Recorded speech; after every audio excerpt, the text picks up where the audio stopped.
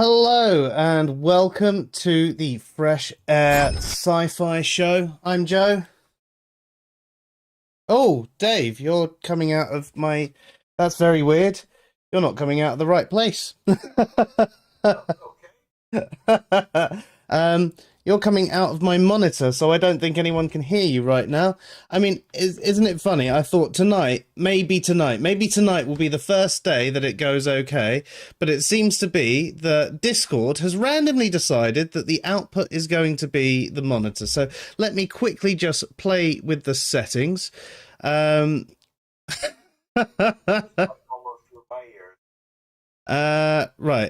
So it's supposed to be the default device. So it's not doing the default device at all. That's better. Right, there we go. So, yes, even though Discord is supposed to be using the default device, it decided to use the webcam microphone for you, not for the actual stream, but for you. And it decided to use my monitor as the output device. So let's just see. Just say something again, Dave. Oogity boogity boogity. Yeah, you're coming through again. How funny. Okay, so I think it has been... how long have we been streaming for? Ever? What, maybe 6 months now? Maybe 6 months? It's been 6 months without a successful start. No, we had a successful start once. We just didn't stream it. Yeah, that's true.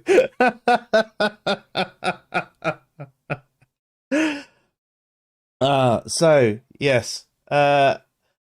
Yeah, perfect live stream on April Fool's Day. Yeah, that's never going to happen. It doesn't happen on normal days. I mean, wouldn't that be the best April Fool's, though? We actually have a smooth running. That would be amazing, just once. I mean, I'm sure it will happen once I finally can upgrade and get everything in a bit more sensible order. But how bloody funny. Intrigued Feline was talking about how long the stream was on Tuesday. So we did an end of month free for all on Tuesday. If you didn't catch it, we had some problems. I found out what the technical issues was basically one of my USB ports was dying, which is what the sound card was plugged into. But it kept reporting that it was everything else but that was dying. So it was like, I unplugged this, I unplugged that. Anyway, hopefully tonight we won't have the same sort of sound issues that we were having.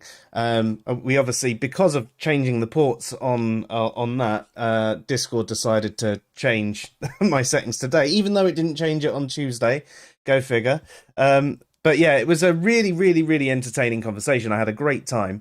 We ended up talking. Well, we started at 8 that day and didn't finish until just before 4 a.m. for me. So it was a really, really, really long conversation. So anybody that actually listened to the whole thing, or at least half of it, well done you, and thank you.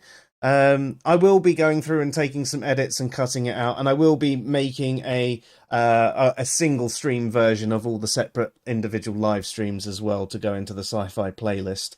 Usually I just move the live stream over, but I figure with the fact that there were so many fuck-ups and cutouts, I will just sort of sort that out. I'll get to it, I will do, but it's finding time. Although I have next week off work, so hopefully I should have some time to do that.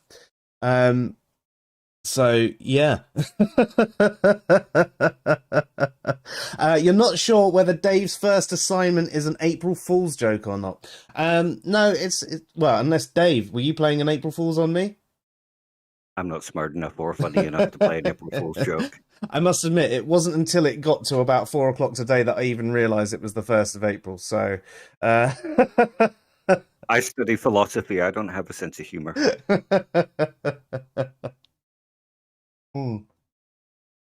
So yeah, the idea of tonight is literally just going through one of Dave's first articles. I say articles, assignments, should I say. So when he started his bachelor's degree, wasn't it, Dave? Yeah, my undergrad in philosophy back in 2012 or 2013. So it's a long time ago in a country far, far away. I think Labour was still in power then. Oh, blimey. That's how old it is. It was 3 prime ministers ago. Or 2? How many prime ministers have we had? There was May and Johnson since, yeah. Was there? I feel like there was someone in between. Oh no, there was dickhead guy, Cameron. pig fucker. Yeah. Yeah, I knew there was three. Yeah, it was three prime ministers ago I wrote this. Yeah, see, I'm not very good at history. I can't even remember yesterday very well. Hello, Philip. Great to see you, and you, Computer Brain. Great to have you here as well. So yeah, yeah, Dave, you came out as a theist today, didn't you? Yeah, I came to the conclusion that being an atheist is far too confusing because it's a conclusion but not a conclusion, and it's a lack of belief but also a stance, and there's just too much, and it's too confusing. I'm just going to be a theist. All I'm going to do then is say I believe in God, and that's the end of it. Yeah, at least it's consistent, eh? Yeah. At least theists, can actually decide on what being a theist means between themselves. They all know it's a belief that at least one thing like a god exists, whereas atheists, we can't agree. Oh, I can. All of us in this room can. Yes, yeah, but between the two of us, we agree what atheism is, and I think everybody in the chat right now would also agree with us on what we think atheism is. But yeah. Yeah, I'm sure you are good at history, Intrigue Feline. I mean, you've got the memory for it, and you're always right as well. So, it doesn't matter. Even if you did get something wrong, it would just end up being right. That's just how it works. What about the agnostic position? Well, that's the thing. It's muddied by lack theists, isn't it? So, whilst you can say, yes, the agnostic position is stable, unfortunately, there are people who try and take over the agnostic position. So, because of lack theists, both atheism and agnosticism have been incredibly muddied. The only... Atheists are like the Tasmanian devil of definitions. Yes, yes. They just come in, whirl around, mix everything up, and whirl away. And then claim, I'm right because I'm super smart, rational atheist, and etymology. Exactly. Yeah, it is how most of them sound to me.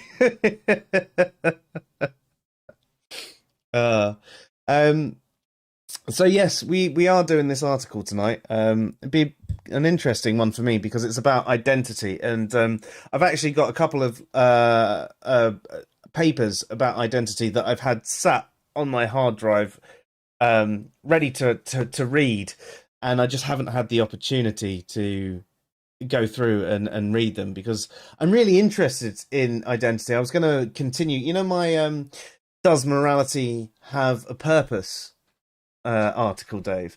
I wanted to sort of see, throw in some identity stuff to a part two of that. Does that purpose relate to more than just humans? Could it relate to other creatures? And if it does, which creatures does it relate to, and how and why and all of that? But I haven't done the research, so I don't feel like I can even start writing it yet. Maybe I should just be like, the standard person who blogs and just write whatever I think is right and not care about any factual information. Yeah, that's one way to go. I think a lot of atheists in the community kind of do that anyway. That was basically my passive-aggressive comment there. Yep. Yeah. Oh, yeah, well, I heard one atheist say this, so it must be true, because atheists say true things. Yeah, well, I'm an atheist, and I contradict you. Yeah, but you don't know what you're talking about, because they agreed with me, so they're right.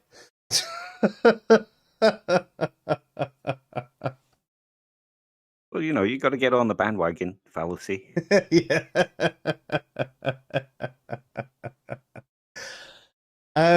Could they take agnosticism or apatheistic position? Well, I mean, yes, you could take those positions, but then a lot of atheists will use all of them as a modifier.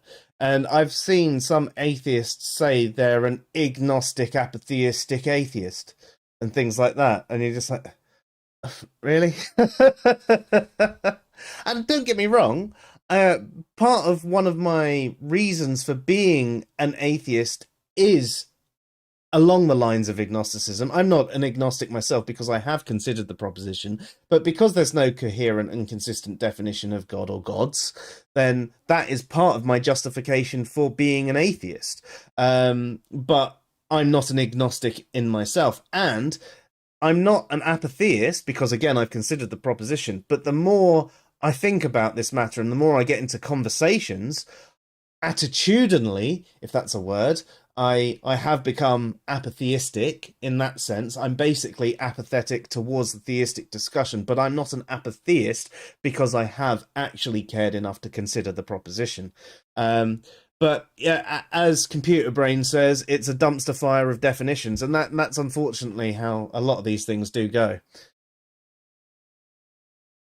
Yes, you're right, Intrigue Feline. There are loads of other positions out there, but it's people. We fuck everything up. Yes, language is our bitch, but we shouldn't use it quite so harshly. We shouldn't Yeah. twist it to our own end. Not always, anyway. Yeah, but it's easier to win an argument when you set all the definitions. Yes. And a lot of them just seem interested in winning arguments. Yeah, it's unfortunate, really, isn't it? Yeah. I mean, What are they called? Debate bros? yeah. I mean, I think most of the people who are here, at least, and that we interact with regularly, are interested in the discussion. I think all of us like to have that discussion, regardless of your ontological position. We just like having conversations about things and working things out. And I don't think any of us are too dogmatic in a lot of things that we address. How dare you? I'm very dogmatic.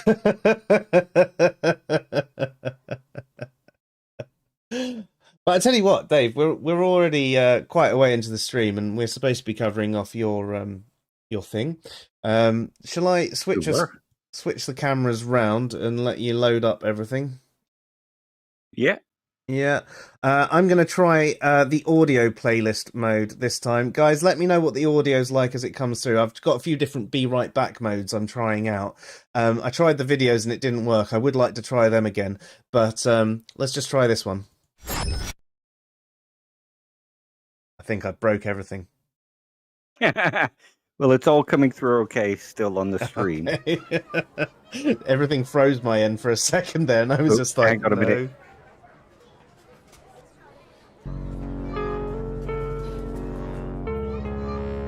So are our voices. Yeah, our voices still come through at this. It's coming through louder than our voices, though, so I'll sort that out. Right. Okay, the music is coming through. Okay, that's all right. As long as we remember to shut up at this point, I'll sort it out so it puts our mics on quiet in the future. You can't silence me. Oh, hang on, I should be sorting this out.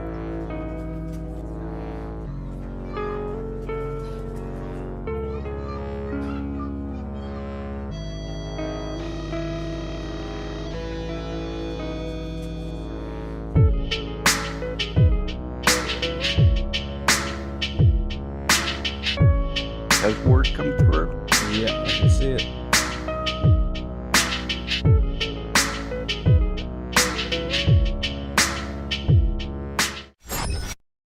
And we're back in the room.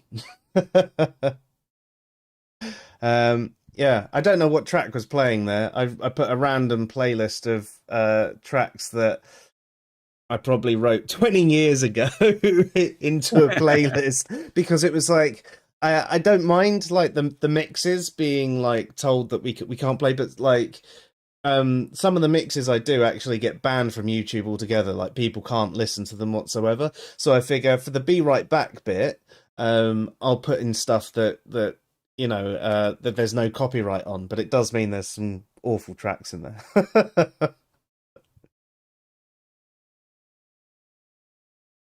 The bottom half of the scream of the word is partially grayed. Ah, right. Hang on. that might be where I've changed. Yeah, I see what you mean. Hang on. That is because the chat um comes up that far. And before it was showing as invisible, but it's decided not to. But there you go. That should have sorted that. Thank you for that, Intrigue Feline. The other day it wasn't doing that, so I don't know why it suddenly decided to do that. Because it sucks. Yeah, bloody Network technology. glitch. Yeah. So this is Dave's first ever assignment for his first philosophy degree. Yeah. This was my undergrad. And it was the first block was about personal identity. And this was like the end of the first month, the assignment that I had to hand in. Um, okay. And it's based on John Locke's distinction between man and person from essays concerning human understanding. And I And assume here when he's saying man, he's not actually talking about a male man. He's talking about mankind sort of man. yeah, Right. exactly. It's Cool. basically just, his era. Man was used to describe mankind or humanity or, just human. Yep. Fair. Okay, so is Locke's distinction between man and person useful for understanding personal identity? And that was the question set for us that we had to study and write an assignment on. So if anyone right now is doing their bachelor's, they might be able to steal this. No, 'cause I doubt that anybody would want to. I didn't score particularly highly on it. No. Not my greatest assignment. And I'm guessing 10 years on from that module, the questions have probably changed slightly. You'd expect so. I'm surprised though, Dave. Pretty much every single one of your assignments, you got like 80 to 90% in general. So I think I got 70 or 72 for this one. interesting. It was my first assignment. I was still getting used to grammar and philosophical writing and that kind of thing. Yeah, which is interesting for me because I get to see how you've come on as well. Like I read all of your articles that you put out and everything, and you're very professional in the way you write now. So it's going to be interesting to see you writing something that isn't as polished. Yeah, I don't think I've looked at it since then, so it's going to be interesting for me too. Okay, so before assessing whether or not Locke's distinction between man and person is useful for understanding personal identity, we should first examine what that distinction is. In his work on the self and consciousness, the reason I put it like this is because it was taken from a set book, and the chapter in that set book was just titled The Self and Consciousness, and it was an excerpt from essays concerning human understanding. He defines person as a thinking, intelligent being that has reason and reflection that can consider itself as itself, the same thinking thing in different times and places, which it does only by that consciousness which is inseparable from thinking. And there's the reference, like I say, it's from John Cottingham's Anthology of Western Philosophy, and it was Locke's the part of the essay that Locke wrote was in that. Locke here is defining the self as the consciousness that is perceiving its own existence, thus attempting to separate consciousness from the physical manifestation of the body or the man. By creating a distinction between the conscious perception of the being and the physical manifestation of the being, an argument could be made that Locke's distinction is useful for understanding personal identity. The problem comes not from attempting to show that there is a distinction between the two, but rather from attempting to declare that the two are completely distinct, or that a being's consciousness, or person, is not in part formed and impacted by the being's physical manifestation, or man. Personal identity is in part formed through conscious experience, and the conscious being's perception of those conscious experiences. As part of a being's conscious experience is based on how that being's physical manifestation is perceived by other conscious beings, and other conscious beings treatment based on said perceptions, then the two cannot be said to be completely separate, but instead are symbiotic in nature with regards to personal identity.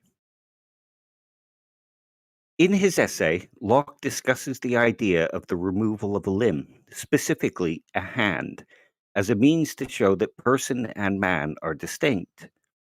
He declares that whilst vitally united to this same thinking conscious self, they are a part of ourselves, of our thinking conscious self.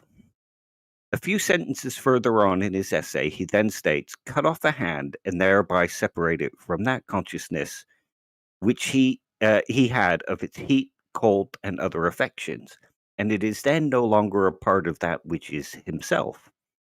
He then argues that what we see is a change in the self and not in the personal identity. Hmm. However, this is not necessarily so, for the being would no longer self identify as a two handed being and instead self identify as a one handed being. A major change, ooh, I missed a word. A major change in identity may come from the removal of the strong hand.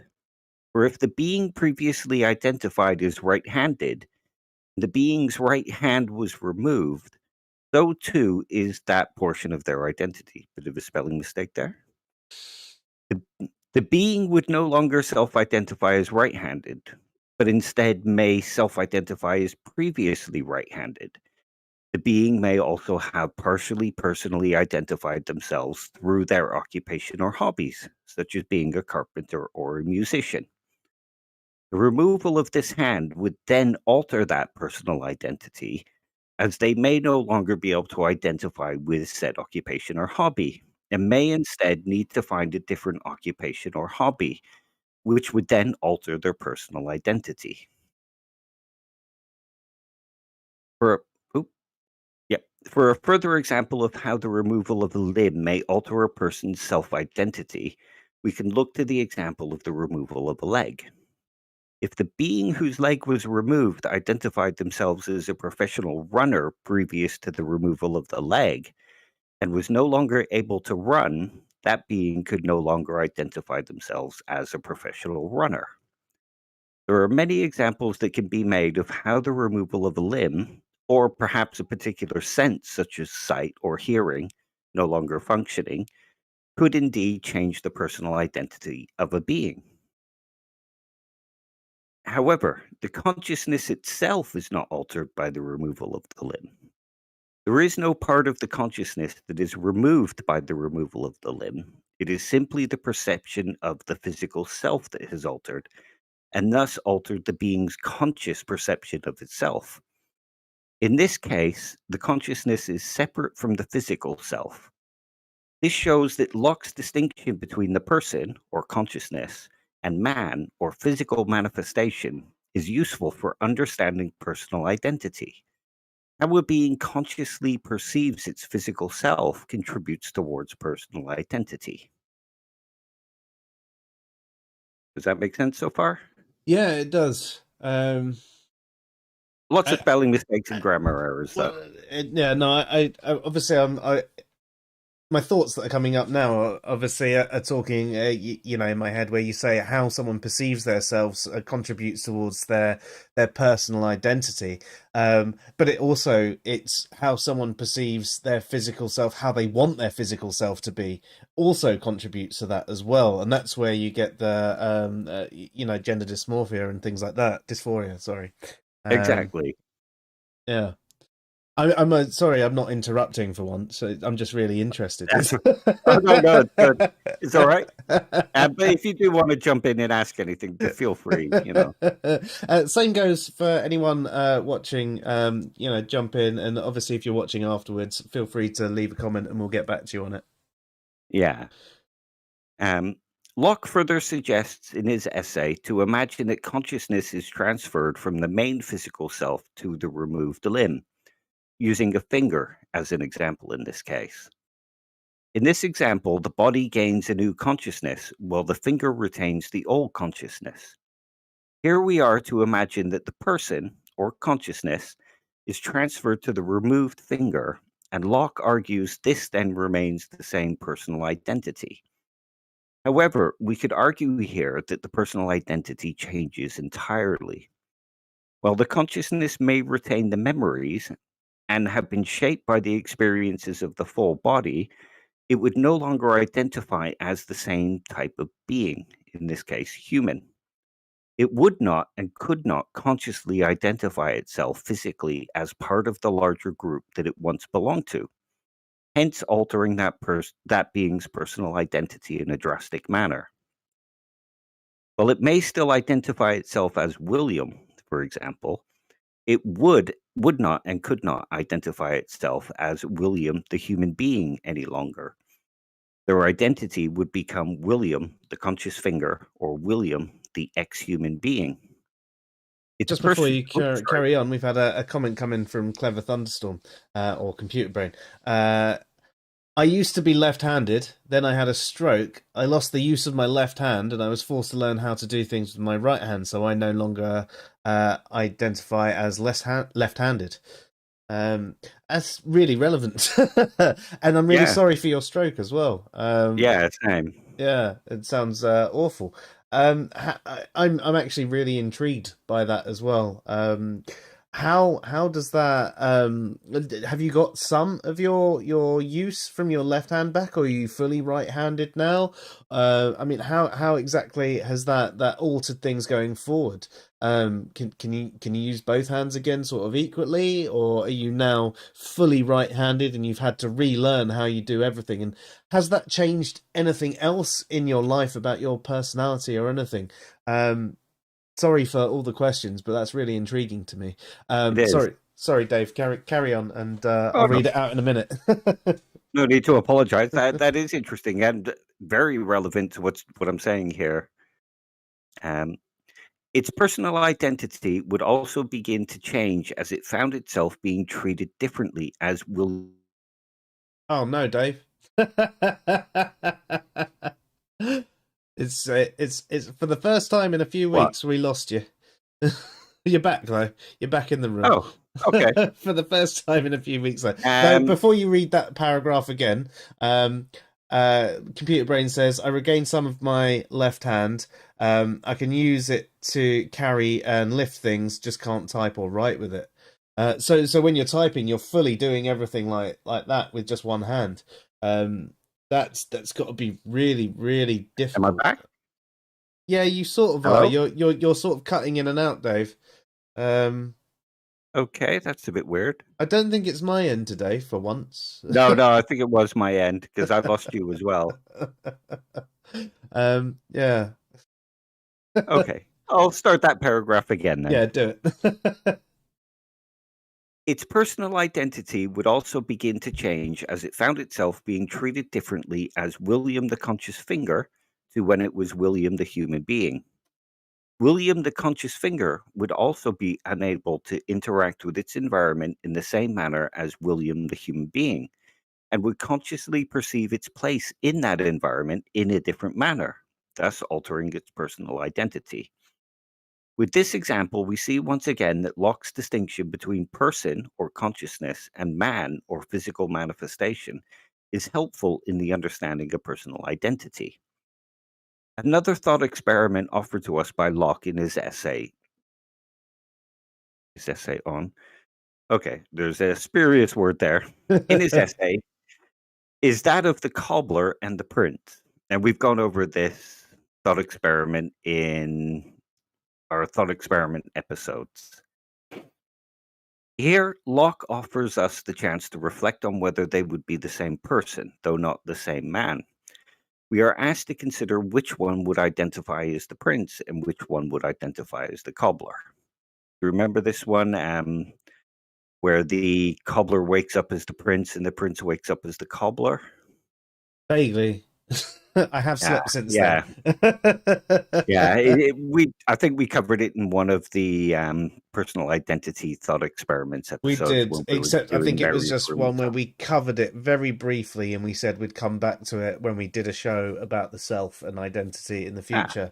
So, okay, well, we will come back to that one at some point then. Yeah. There's a bit more of it in this now, so One could argue that this is too simplistic of a thought exercise with regards to personal identity. For while the consciousness that it previously had the experiences of the prince is the one that would be regarded as the prince, not only by himself, but by those who were consciously perceiving the body swap based on the consciousness's previous experiences, the prince's own personal identity would change. There are no details given in Locke's thought experiment about the physical characteristics of either the prince or the cobbler, but as discussed previously in this essay, physical characteristics contribute to personal identity. If we are to imagine something as simple as the cobbler and prince physically being twins but having different colored eyes and different colored hair, we would. Oh, we've lost you again, Dave. If Prince We just lost you brown again in the there, new Dave. body, then the prince would no longer personally identify him. Yeah, would no longer personally identify himself as a blue-eyed prince, but instead must identify himself as a brown-eyed prince. The same argument could be made with a difference in hair color. The problem expands even further if we consider the idea that the physical bodies of the prince and the cobbler are very different. If we imagine that height, weight, and physical ability are all very different, would the personal identity of the prince and the cobbler remain the same? One would argue that it would not, as the experiences possible by each consciousness have changed. Perhaps the prince in his original body was a painter, but the cobbler's body had lost a finger or two performing his occupation, and thus affected the new prince's ability to paint as he once could. Would the new prince's personal identity be one of a great painter as it once was? His previous experiences of being a masterful painter remain. However, his ability does not, making the new experiences fundamentally different.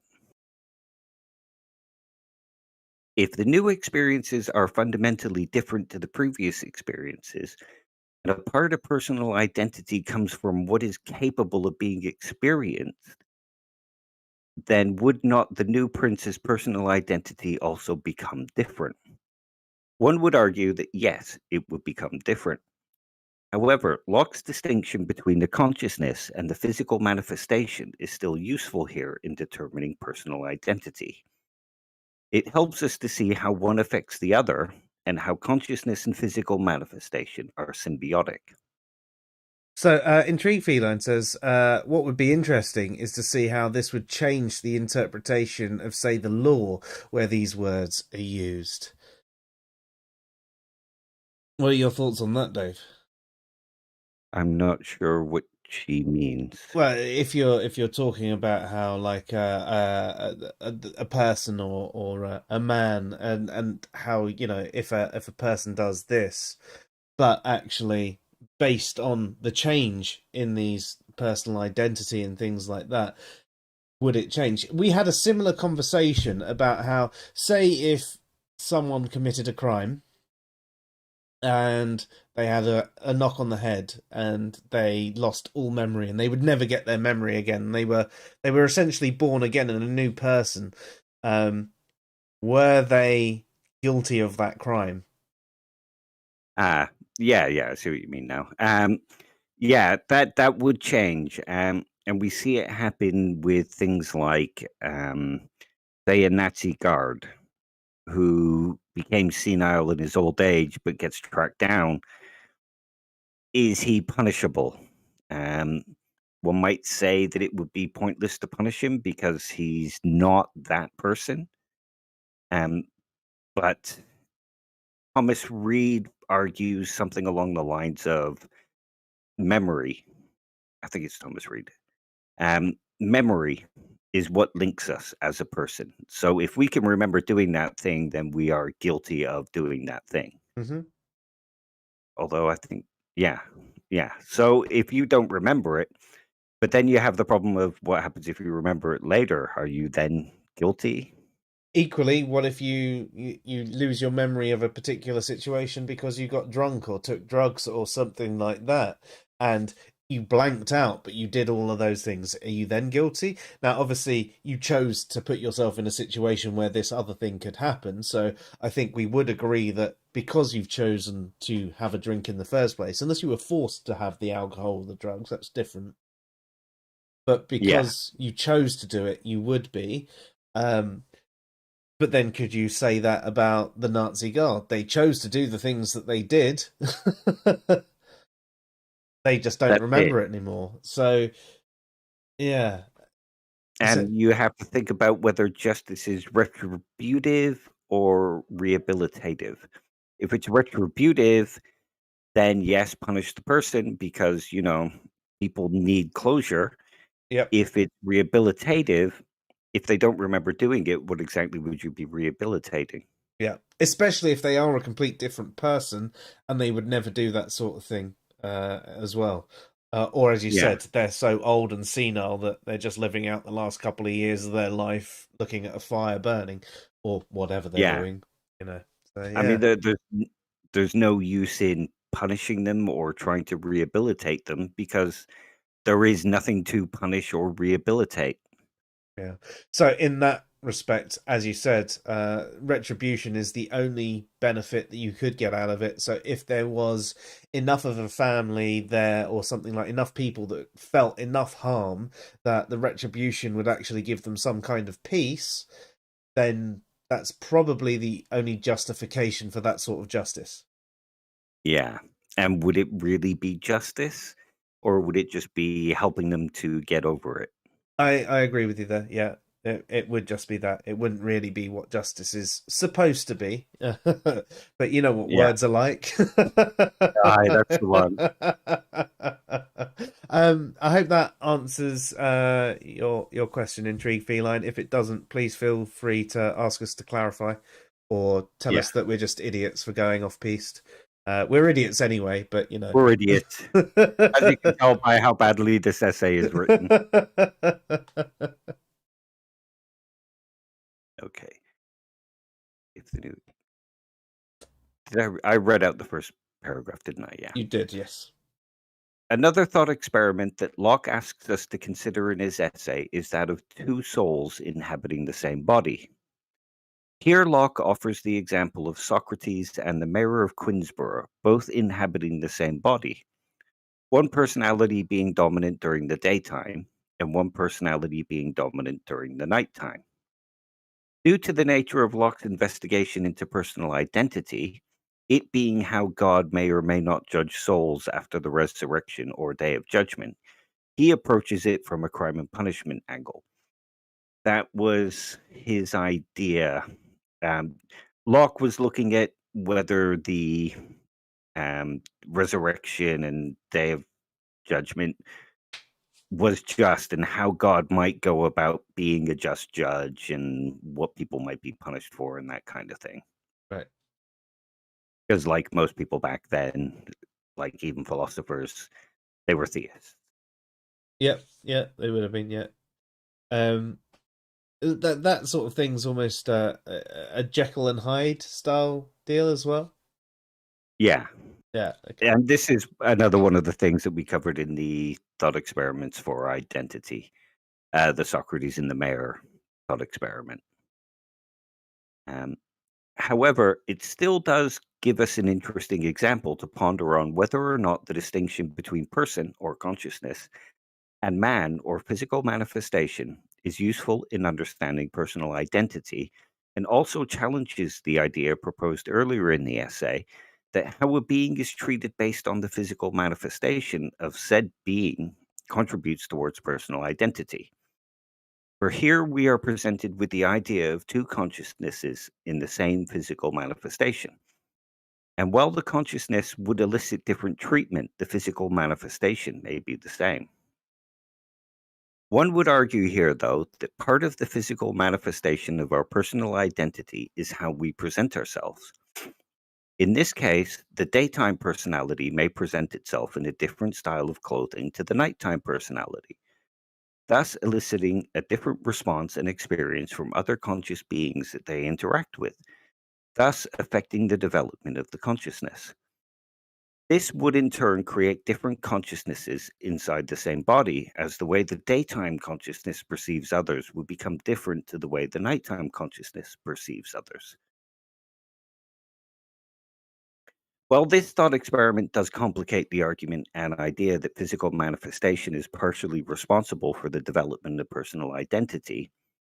It does show us that Locke's distinction between person or consciousness and man or physical manifestation is still useful in determining personal identity, as this example allows us to see the possibility that two distinct individuals or persons can inhabit the same physical manifestation or man. This is also an example we can see in the real world when we look at those with split brain syndrome, a condition that can cause the manifestation of distinct personalities inside the same physical body. From the above examples, one hopes that we have indeed shown that a conclusion can be reached that Locke's idea about the person and the man, or the consciousness and the physical manifestations, and the distinction between the two, is useful in helping us to understand the idea of personal identity. Though hopefully it has also been shown that the two are not completely distinct and separate when it comes to the idea of personal identity, but instead are symbiotic to a certain degree. And we're done. Yeah, makes a lot of sense to me. So Intrigue Feline says, I certainly hadn't thought of it going that way, but I was more thinking of the rule of law, like lines in the law where man/person is used, and by changing interpretation of those laws would affect the rule of law, etc. Yeah, interesting. So you're talking specifically about. Well, I suppose it does tie in to sort of what we are saying, or we were saying earlier, anyway. But it's just going down a slightly different path. I think this whole thing is interesting as well. The whole personal identity side of things, and how the physical body, as you say, Dave, there's that symbiotic relationship between the two. How they do affect each other. Yeah. And how our physical body can affect our consciousness, and our consciousness can even affect how we deal with our physical body as well. Because if we can change, if we can use our consciousness to decide to change certain aspects of our physical body, whether that's through surgery or exercise or in diet or whatever. There are certain aspects that we can change, and there are other aspects that we can't actually change. Exactly. And another thing we can look at is how our consciousness interacts with our environment affects how we see ourselves. So think of what somebody in a wheelchair would have felt when before wheelchair ramps became normal. So before, they would actually feel more disabled simply because they couldn't interact with the environment quite as easily. So by making the environment easier to interact with, they see themselves as more capable and more able. Yeah. Yeah, no, that's true. I mean, if you can't do something for yourself, whereas now, as you say, there's the wheelchair ramps, and there's various different ways to assist those who are disabled with certain things. A lot of shopping centres and things like that have to have elevators now, whereas they didn't always. It was an escalator or a set of stairs and things like that. Yeah. And that would also probably lead to more depression and things like that. So the physical manifestation and the distinction between the body and the consciousness is also symbiotic with the environment itself. Identity extends further than just the consciousness and the body. Let's quickly switch it back to Be Right Back and change the cameras. You can close that. Hello, Outdone. Nice to see you. Thanks for joining us. We've just finished the article reading of the night, so we've been having a discussion on Dave's first ever article. Sorry, I say article because I'm thinking about the internet. first ever assignment that he Yeah, did. we normally do article readings on a Thursday. Yeah, exactly. It's just habit. Yeah. So we were discussing the distinction between the person or consciousness and the man, as in the physical being, and the symbiotic relationship between the two. So changes in the person, changes in the man can affect how the person sees themselves and change certain bits about the way the consciousness and their identity. But ultimately, it wouldn't necessarily change the consciousness, but it would change a little bit about the personal identity of the consciousness. It gets quite confusing. Yeah, my mind's already jumped. I mean, to be honest, I've had 3 tramadol already today to be able to just be on this show, and because of my back. That'll never help with philosophy. No. There's the guy who bunged his way through an undergrad and master's degree. Yeah, but I tell you what, I think weed and philosophy go hand in hand, don't they? I think that's what started philosophy. Greek weed. Yeah, probably weed and mushrooms. Yeah. Actually, have you seen that sketch from Bill Hicks? Did you ever watch any of his shows? Yeah. Yeah, the one where he's the talking... joke about the apes eating mushrooms. Yeah, eating the mushrooms. I think we can go to the moon. Yeah. There's the whole slow motion. Dong, dong, dong, dong, dong, dong. Yeah. Bum, bum, bum, bum. Yeah. He was probably one of my favorite comedians back in the day. It's funny watching back on him now, I almost find him a little bit too aggressive for what I like to watch now. But back then, it was the exact sort of cutting wit that I absolutely adored. So, in that sense, what's changed there? Has the person changed in me? Well, you could argue that the person is always changing. Yeah. Just as the body is always changing. That's the Heraclitus, you can never step in the same river twice sort of thing. Yeah. Because when you wake up from yesterday, you're a new person to what you wore yesterday because you have all the experiences of yesterday, and that makes you a different person to the day before. So as a person, you are always changing.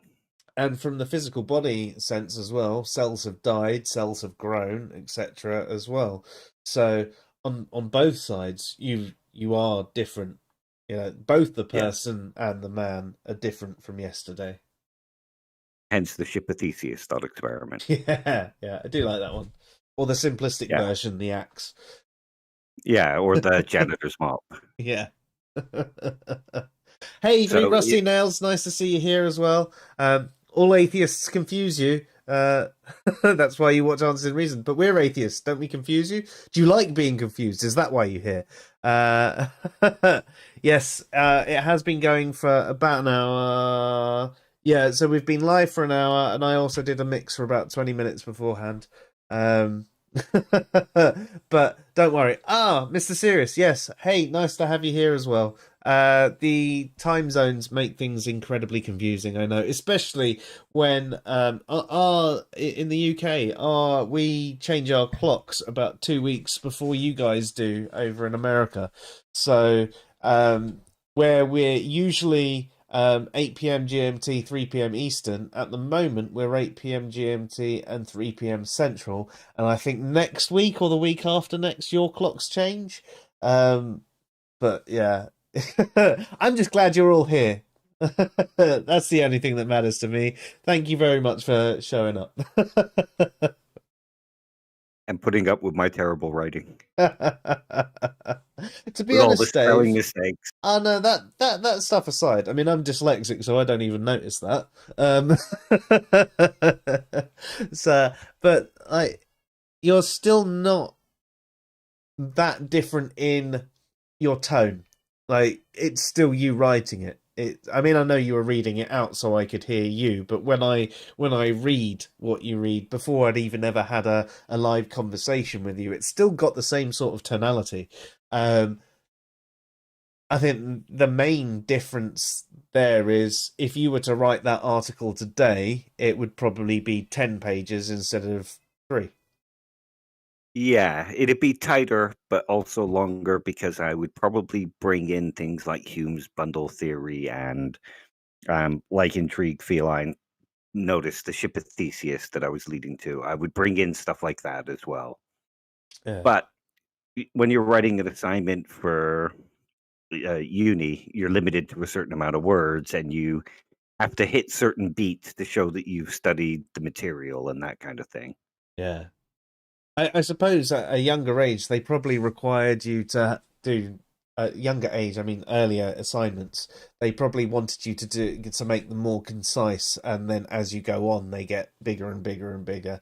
Like your dissertation, which was like 1,000,000 words or whatever. 35 pages. Yeah.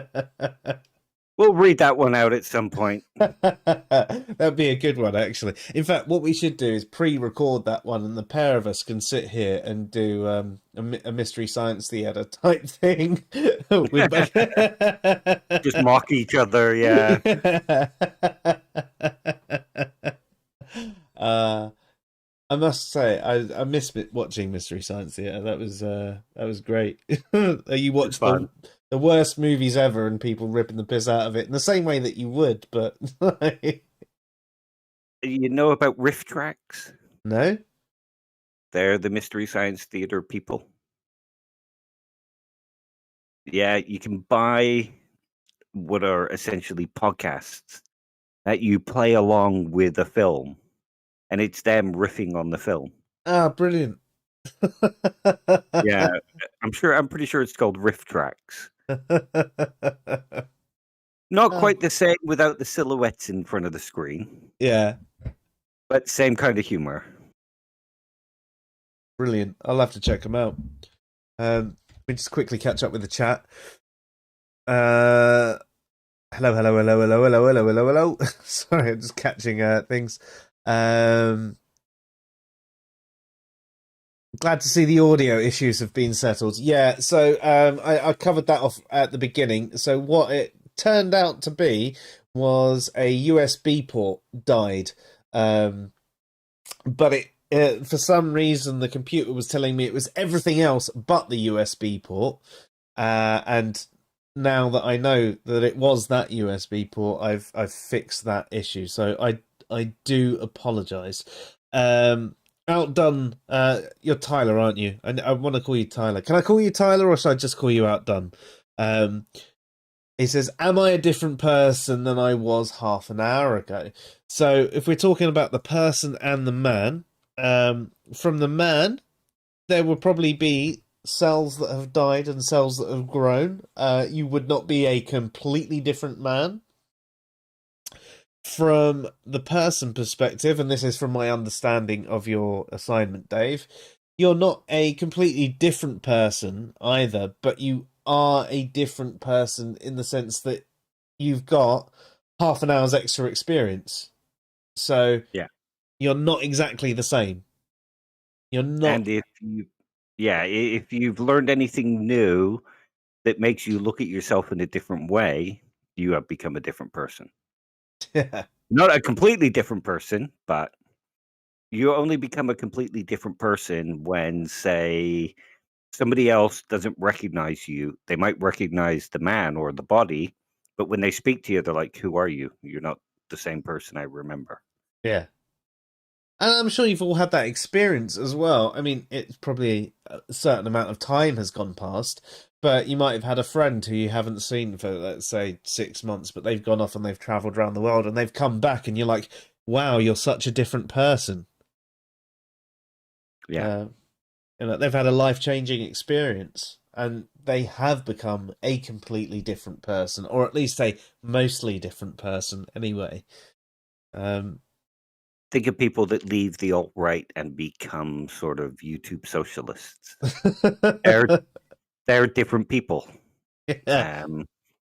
They might have the same name, but their outlook on life, their ideals, everything like that has completely flipped, and they become a different person. Or, like, say, somebody from the left that goes to alt-right, that you would consider them a different person. Or theist to atheist, atheist to theist, or any of the other ontological positions, but let's keep it simple for the sake of the conversation. When we're thinking about a lot of people online, they only see two positions. So if we were to say one or the other, they do become a completely different person. And even on there, they become a sub of different people. You know, you might get someone who is in a very evangelical form of Christianity become quite a fundamentalist style atheist. So they've still got that aspect, that aggression there as part of them, but the rest of the way they see things becomes quite different. So you've still got an internal thing, and then over time they might calm down and they might go, "Fuck that," you know. In the same way that 10 years ago I was a bit of a keyboard warrior. You know, I'm definitely not that person anymore. 10 years ago I was probably like, huh, look, I've just proved you wrong. I've just proved you wrong. I've just proved you wrong. You're all a bunch of idiots. I'm not that person anymore. Believe it or not, with how much of a dick I still am, I'm nowhere near as much of a dick as I used to be. See what a bad influence I am.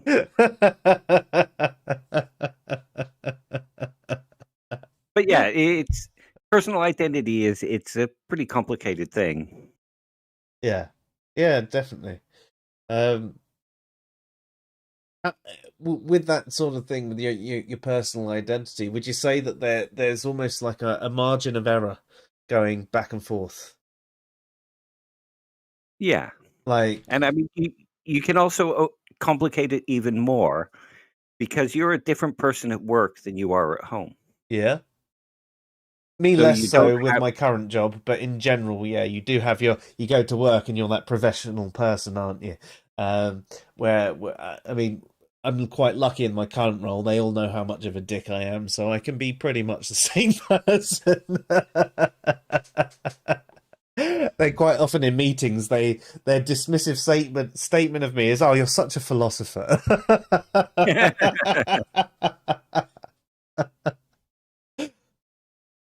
So yeah, it's personal identity.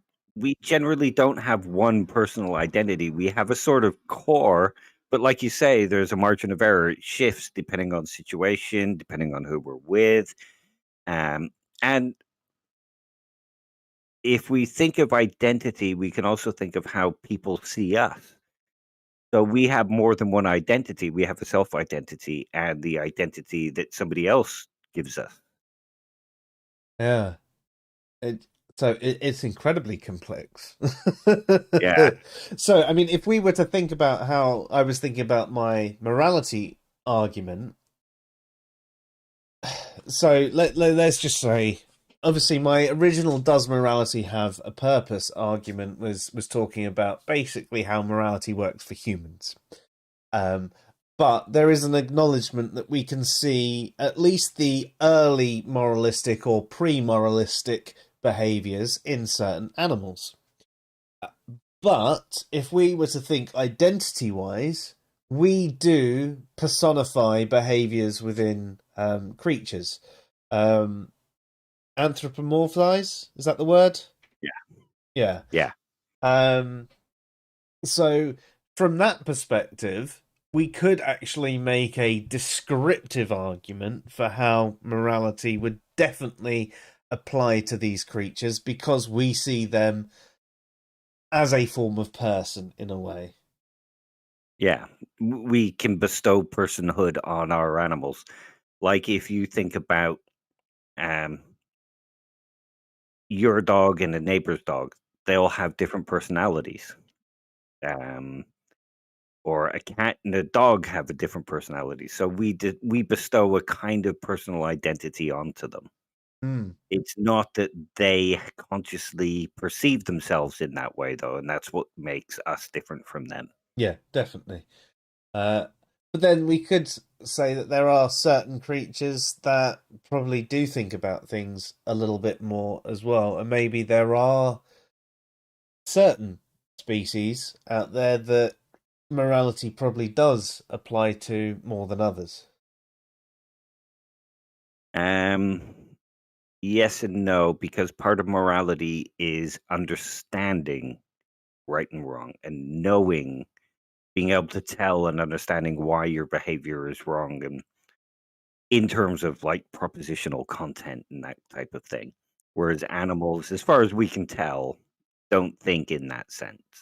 Yeah, I think the closest that we can come from that is the fact that there are apes where the alpha becomes too aggressive and all the others will stand up against it and sort of kick the alpha out because but then we don't know if that's actually seeing it as wrong or seeing it as a purely defensive mechanism. Is it A a purely survival emotive, survival mechanism, or is it a conscious process? We don't know. Um, I mean, there are times when you see dogs saving other dogs or saving babies and things like that. There's the brilliant video where there was that dog that got hit by a car and another dog that sort of ran out into the road and dragged it off the road and saved it. Um, and that to me was something that shouted out that there was a little bit more to the cognitive processing of a dog than I first thought, because as much as I do personify dogs and love dogs to pieces, I'm still very aware that they don't really have these conscious processes going on. But this dog in particular, I don't know if it's just this dog or certain breeds, or maybe they're just starting to evolve, clearly seemed to understand that this dog was in danger and it had to save it. Yeah. We should cover off Thomas Nagel's what it's like to be a bat at some point, because that's quite interesting and kind of relevant to what you're saying. In that we can, from the outside, judge these animals as not having these cognitive processes, um, but there's no way we can know that they don't, because their brains and their experiences we don't have access to, Yeah.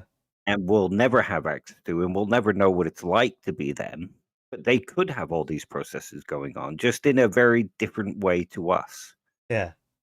Yeah, and I mean, Three Rusty Nails just said instincts. I mean, that's one of the things. We don't know whether it is pure instinct or actually there is the cognitive process, whether there's any form of reasoning going on.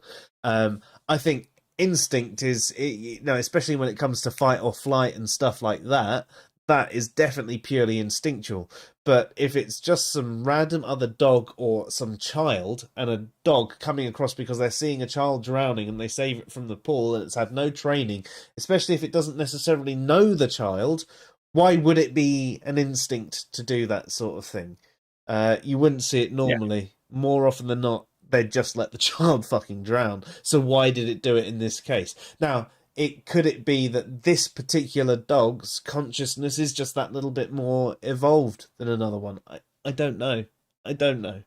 that's it. And we can't know, unfortunately. Not until they start talking and telling us, "You fucking dicks, we've been able to do this stuff for years." Yeah. Planet of the Apes. I actually want that to happen. That'd be so amazing. What have you seen? They've actually been injecting apes with human DNA and managed to grow their brains slightly. No. Yeah, I mean, I bastardized that description because I couldn't remember off the top of my head. But they've managed to grow ape brains by doing something with human DNA and their DNA, basically splicing it in.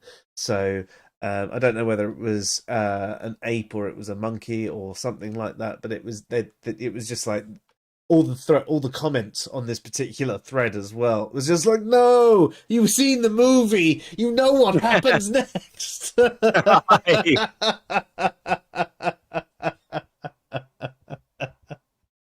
It'd be so amazing if animals could start talking, though, because we Oh, could have wouldn't it? access to their experiences then. Yeah, and we'd know just a little bit more about them and about us. I'd love to know Yeah. that sort of shit. Yeah, definitely, definitely. Um, thank you. I'm glad I can call you Tyler. Now, is your last name Durden? Because if it is, I need to be worried. There's no out down it, no Tyler in the chat. What are you on about? That's just you and your schizophrenic self. Shit, I'm the narrator. Mr. Serious says, past me was a douchebag. I mean, look where it has led me. Oh well, I'll take it out on future me. I think a lot of us will, at least a lot of us who do try and improve ourselves, will probably always look back on the past version of ourselves and at least be a little bit embarrassed about things that we've said and we've done. And do you know what? Sometimes it causes me a hell of a lot of anxiety when I think about past me. Um, I don't know if you ever have that as well, Dave, where you just think, "Oh, fuck, why did I do that?" Not particularly. No, because you've No, always not been really. perfect. Not perfect, just accepting of my own mistakes. Well, I think that's the thing. I'm learning more and more how to accept that I was a dick, and I still am a dick. I'm accepting of how much of a dick I am now, but how much of a dick I was before, I'm constantly cringing at myself, and when those memories pop up, I'm just like, fuck off, go away. I don't want to remember this anymore. Yeah. See, I've got a really good memory, so I remember all those things. It's just rather than be angry at myself or cringe, I go, okay, shit, I can learn from that. Yeah, that's fair. And that's what we should all be doing. We should all be learning from all the mistakes that we've been making. And that's what I do. But when I've learned from the mistake, I'd just like to go, well, can you stop bothering me? I know that I did this. I've learned from this. I've changed this behavior. Why do you have to keep nagging at me? It's your brain's version of Alexa reminding you just how bad you were and to remember to keep on those changes. Yeah, to be fair, the second I stop remembering them, I'll probably fall into old habits. So you're right there. That's it. Yeah. But that's the way I see it anyway. Yeah. So carrying up. Oh, hello, bearded heretic. Nice to see you join the chat as well. fMRI's show, we just act unconsciously anyway. So that was a reference to a conversation that we had in our debate group the other day. That was quite a funny one. So it was about free will. Did you see that one, Dave? Yeah. Yeah. It was very, very, very similar to another conversation I had. So basically, some guy posted an article in relation to a conversation they were having, and Bearded Heretic, who is with us next Tuesday, by the way, was explaining it and talking about how this is talking about simple decisions, and simple decisions are obviously generally done like snap judgments on the subconscious, but it's not talking about more complex. And in fact, the article even states that it's not talking about more complex decisions, which do have more conscious processing. I even joined into the conversation and said, and if you look at things like the Stroop effect, you can see how the subconscious jumps forward and the conscious then overrides it.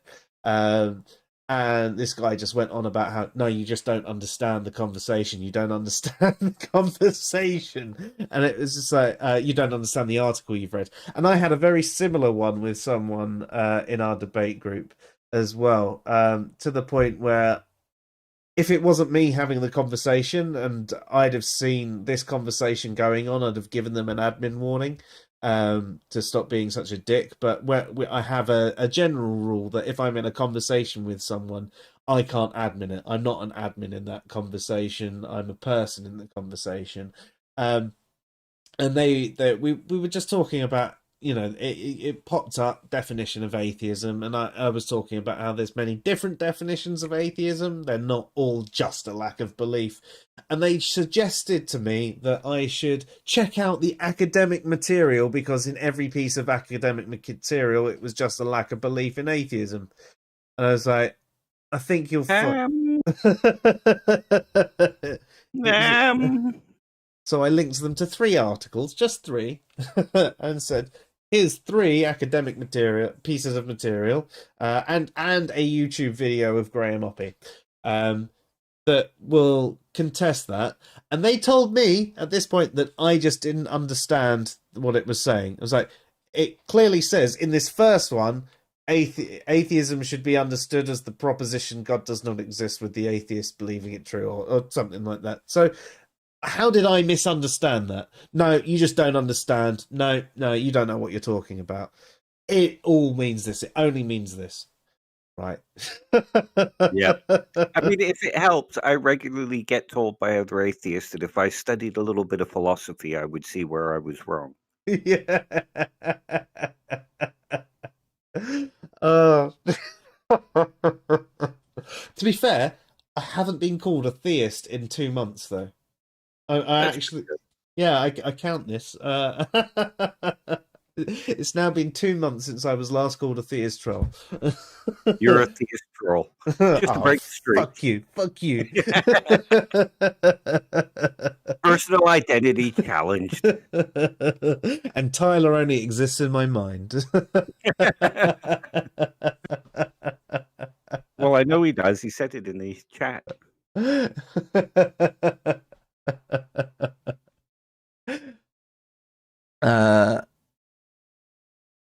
Yeah, I'm an arsehole, just a smidge off a dishonest arsehole. Yeah, yeah, you're right. I'm an honest arsehole. At the end of the day, I can be wrong. I don't think I'm ever necessarily dishonest. The closest I come to dishonesty is pretending maybe that Santa exists. I don't even like doing that. But it makes kids happy, so I think if it makes kids happy. Yeah. I think that's my justification for it. I don't like doing it because I don't like being dishonest. I don't like being wrong either, but I accept that I am going to be wrong quite often. Whereas I can control whether I'm dishonest or not. I can't control if I'm wrong. Unless I learn absolutely everything. But fucking hell, wouldn't that be hard? Yeah. I can barely learn what my name is most of the time. 3 Rusty Nell says, you don't believe in the subconscious. Am I missing something? Now, that's an interesting point that you make. I think you'll be very interested in the stream with Bearded Heretic next Tuesday, because we are going to be discussing consciousness and morality. Now, we actually have a lot of things that Luke would like to cover off, and I don't think we're going to be able to do it in one stream. I don't think it will even take 2 streams. I think it's going to be, every couple of weeks for the next half a year to cover off all the things Luke would like to cover off. Looking at the list, yeah. Yeah. But we're happy to do that. It gives us new content. It gives us a new perspective. It gives me a lot to learn. It gives Dave a little bit to learn. So I'm very interested. And it's also going to be interesting to see where the psychology and philosophy crossover, and any objections that come out from that. I'm going to be very, very, very interested in that. You can control by exactly learning everything. Yes, exactly. Yeah, I have to learn everything and then I can control it. But until I do that, you don't have to learn everything. You just need good Google foo. Yeah. I'll get there one day. Well, Einstein once said something like, he doesn't see the point in remembering anything when he can just access it through a book. Do you know, that's actually my methodology for programming. I've been programming for years, and there are certain bits, even really basic bits of programming, that I haven't committed to memory because I remember my search terms, and then I go and I copy that bit of code and I alter the bits I need, rather than actually learning that's the bit I need. I think a lot of programmers work like that since the invention of the internet. Yeah, yeah. I don't get me wrong. There are definitely, if you've got the time to learn a language through and through, great. But I end up having to code in so many different languages all the time. My main one's SQL, and to be fair, when it comes to SQL, I've done so many things so many times that it has just become memory, and I know what I'm doing. But there are certain programming languages that I dip in and out of. I just remember, what was that particular thing called? How do I search it? Yes, that's the one. Right.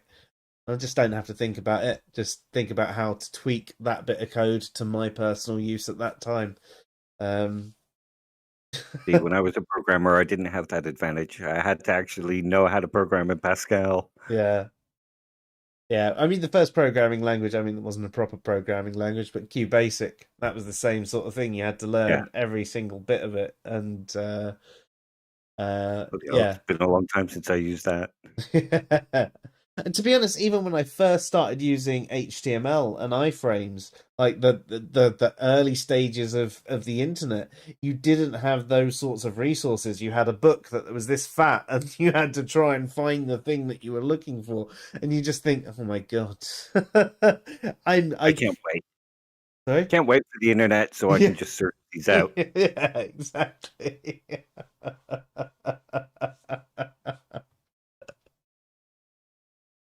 You can't wait for those discussions through Rusty Nails. That's great. So yeah, Tuesday. It is going to be starting at 8 p.m. GMT. I don't know. When do your clocks change? Is it this Sunday or next Sunday? Yeah, I mean, as Bearded Heretic says, the subconscious definitely exists. How do you regulate your body functions? That's essentially it. It's the processes that are done in the back end. I mean, if you think about a computer, there's lots of processes that run in the background that keep it running, and then there's the other ones that are running in the foreground. And if the foreground is the equivalent of what's going on in the consciousness, all the stuff that happens in the background is your subconscious. That is just simply it's overly simplistic way to put it, an overly simplistic way to put it, and Luke's probably going, cringing at how I've just said that. But if you think about it, if you want a really simplistic definition, your conscious is what you're thinking right now, and your subconscious is what's happening in the background without you actually thinking about it in the foreground. Your breathing, your heartbeat, and all of that sort of stuff. I use a similar thing when I discuss physicalism, Oh yeah. where imagine a computer monitor. We can reduce that down to the signal that's coming out of the video card and all the bits, and it can tell us what should be on the screen, but it can't tell us what the experience. It can't tell us exactly how it looks on a screen because some screens might give different color, some screens might have more visible pixels, so it can't tell us what the actual experience is like. You know what? Luke said pretty much the same thing the other day. Oh, okay. Yeah, no, it's amazing. Yeah, and he also spoke about cyberspace as well. How that doesn't actually exist. I mean, we see it here, we can access it here, but it doesn't really exist anywhere more than sort of ones and zeros, electrical currents and things like that. It doesn't exist in the same way that we see it. We were having a conversation uh, again about physicalism and how the mind isn't completely physical. The thoughts, you can't weigh a thought, you can't see a thought. You might be able to see the brain patterns and things firing off, but that exact pattern doesn't necessarily tell us, oh well, they're definitely seeing this. And someone presented, oh yeah, well, with this thing we translated it through this machine, and it sort of showed an outline of what they were imagining. Like, right, so it didn't show you the same thing. Like, it managed to approximate, which was interesting, and it was very interesting, but it still wasn't the same thing. Yeah, exactly. There's a difference between the mental states and the phenomenology of the mental state. Yeah. I still can't get over the fact that I got phenomenology mixed up with phylogeny. Because These things happen. I read it and I was just like, oh yeah, that's what Aaron Ra does, right? No. No, he does not do phenomenology. If he did, maybe his epistemology might be slightly better. We're all suffering lockdown fatigue.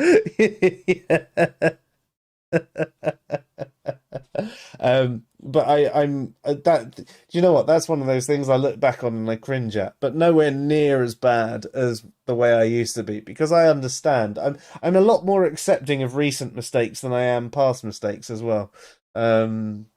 Which doesn't make any real logical sense, does it? Because past mistakes are way, way, way past me. If we're coming back into topic, that is someone who just isn't me anymore in any way, shape, or form, other than the fact that we might have some of the similar features. You hold present you to a higher standard than you hold past you. Yeah. That's basically it. No, Intrigue Feline, we're not bringing forward to Tuesday's topic. We're just referencing it slightly because it is relevant, and a question was asked in the chat, and we'd be bad for ignoring any questions in the chat. We try and address all the ones we can. If we ever don't get to them, it's probably because we've missed them or because I've had too much to drink and I can't read them anymore. Yeah, so if we don't respond, just re-ask the question and keep re-asking. So we actually know. Yeah. And if ever there's a question that comes up that we don't want to answer, then you're probably not watching us, because we'll answer anything.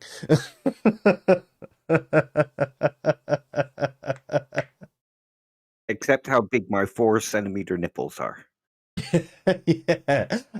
So Intrigue Feline says, I like how Joe is looking at the second screen, looking directly at Dave, and then he's just looking sideways, not actually at Dave. So this is the thing that I've set up. So I've got one monitor here, and I've got this monitor here, and on this screen is where, I mean, I can see Dave on this monitor too, but on this monitor is where the output of the broadcasting software is, and I've got Dave and the chat all on this monitor. So when I'm talking to Dave, I actually look at him on this monitor because I feel like I'm having a proper conversation with him.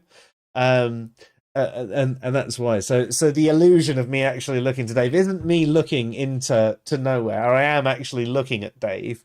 But yeah, there you go. Why would anybody want to do that? Well, to be fair, on this screen you're much bigger. On this one, you're a little bit smaller. So yeah. Okay, look to the smaller side. Yeah. I mean, it's tempting to just stare this way, but then I wouldn't see the chat. Well, my laptop's actually over there now that I have the, wireless headphones, so I can't see. Even though I've got push to talk on the keyboard, I use my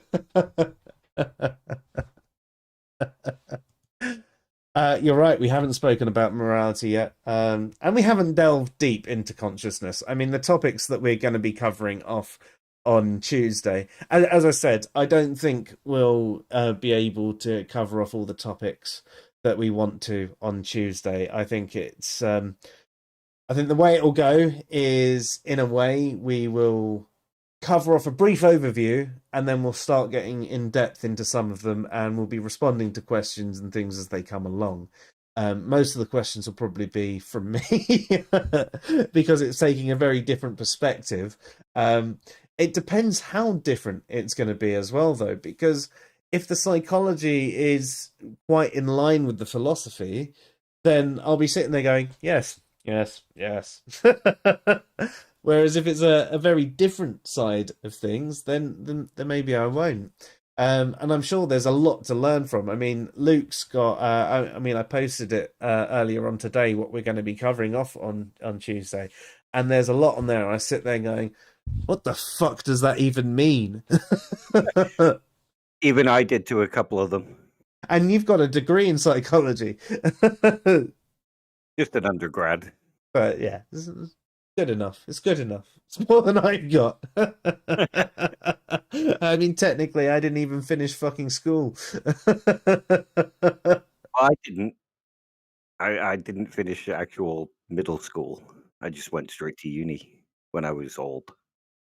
Yeah, whereas I didn't. I finished my GCSEs and I started doing A levels and it didn't work for me, the ones I was doing, and I started doing them again and it didn't work. And so I just spent some time trying to learn shit. And then I fell into playing with Excel. And from there, I started doing VBA. And from doing VBA, I learned SQL. And I just started teaching myself all this shit. And I got lucky in some respects. And I got job after job. And there was one point where I ended up taking a pay cut because the job that I wanted had the title that I wanted. And that was one of the problems I was having getting a decent job, was the fact that I didn't have any experience in the title, even though I was doing the work. And that was it. And from there on, yeah, I became a programmer, a database programmer, doing mainly SQL and VBA, and now occasionally I touch on a little bit of C# and PowerShell, and do a little bit of RPA and all sorts. You know, it's amazing how things can change, but you have to put the work in, and there is a part of you have to know the right people or get in the right door as well. I couldn't get a job until I took a pay cut and got the right title. And the right title wasn't actually doing the right job. It was just because it had the word analyst in the title, that it gave me that opportunity to become that next thing. And then time after time after time, and eventually I became a business intelligence analyst, and now I'm a data developer.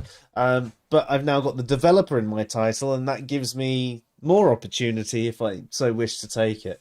But yeah, it can be the job world can be incredibly muddy and very, very, very difficult. I think one of the biggest problems I had was I never knew what I really wanted to do. In fact, as a teenager, all I really wanted to do was smoke weed and watch Kevin Smith movies. About the same as my hopes. Yeah. And I worked in a pet store one day a week so I could play with the puppies. Good call. But, you know, there you go. I'm in a very, very, very different position now. I'm a very different person to who I once was. Physically still mostly the same, probably a little bit physically fitter and physically fatter than I was back then. Yeah, I'm about 3 stone heavier than I used to be. Well, probably 4 now after lockdown for a year. Yeah. Yeah, Tyler, Dogma. Dogma was their most professional of all of them, but actually the first Clerks and Mallrats were the main two that I actually really enjoyed watching for the dialogue. I just found it absolutely the interaction with it. And I always was quite amazed with the fact that, you know, Clerks was one of those movies made for a film festival. It was never actually, you know, a high budget thing. And it was what made Kevin Smith. But you're right, Dogma was an absolutely fantastic one. Did you ever watch the cartoon series of Clerks? I found that quite interesting as well. Definitely worth checking out. I don't think I have. Um, Have you seen the original ending to Clerks? What's the original ending? Where Dante gets shot? No. Yeah, there's an original ending where Dante gets killed at the end of his shift. Really? Yeah. If you get the 3 DVD special edition, it's got the one that you saw was the one that got sent to film festivals. Yeah. But Kevin Smith originally made a slightly different version which went to a couple of places, and then some producers came along and said, "You really need to change the ending because the end doesn't fit with the rest of the film." And then he changed it, and it went to film festivals and became a big hit. Ah, fair. I even bought the 10th anniversary edition, which I thought have had any bonus features like that on it, like the original ending, but it didn't have anything like that. Yeah, no, the one I've got has the original cut, like Ah, the original cut, slightly different music, a couple of scenes in different places. yeah. The hockey on the roof scene is a bit different, and it's got a different ending, like I say. Yeah, I mean the 10th anniversary edition that I had was did have a few extra scenes in it. There was the bit where they went to the funeral, and there was a bit in the car which wasn't in the original version that I saw, and things like that. But yeah, the him getting shot was not part of it. But really interesting. I'll have to check that out. But the You probably cartoon find was it on YouTube. you probably can these days. I love it. We're on I can we're on talk about Kevin movies Smith all day. films now. Yeah, I can talk about films all day. And Clerks 2 was awesome as well, especially the donkey scene. Luke says you're so ADD. Oh my god. Yeah. Yeah, I've got a diagnosis as well. Yeah, I've had an I'm just so unofficial old and lazy now. diagnosis. So between the two of us, it's amazing we can ever stay on topic. I've got an official diagnosis of dyslexia and other learning difficulties, and an unofficial diagnosis for ADHD. And you've got an official diagnosis for ADD. So yeah, Need helps. yeah. It's amazing that we can ever actually stay on any topic long enough to even write a tweet. Oh, you like Clerks too? I wasn't a big fan of Clerks too, actually. I thought it was all right. But Tyler's seen the cartoon series, but that's because you're in my mind. You don't actually exist. So whatever I've seen, you've seen. My favorite bit of that though was the bit where it went like crazy Asian animation, and the bear was driving the car and all that sort of thing. How can that be? But no one else gets it other than Tyler, and Tyler's in my head. So I'll have to see if I can grab copies. Yeah. I think it's only about 6 episodes Yes. long, isn't it? Yeah, 6 episodes. Yeah, definitely worth checking out. Yes, you remember the little rap as well, being a heretic. Smoking weed, doing coke, drinking beers, beers, rolling fatty, smoking blunts. Who's got the blunts? We smoke the blunts. Rolling blunts and smoking blunts. And hey, can I get a nickel bag? $15, little man. Put that shit in my hand. If that money doesn't show, then you owe me, oh. My owe me, oh. My jungle love. My jungle love. Oh, we, oh, we, oh. The motherfucking time.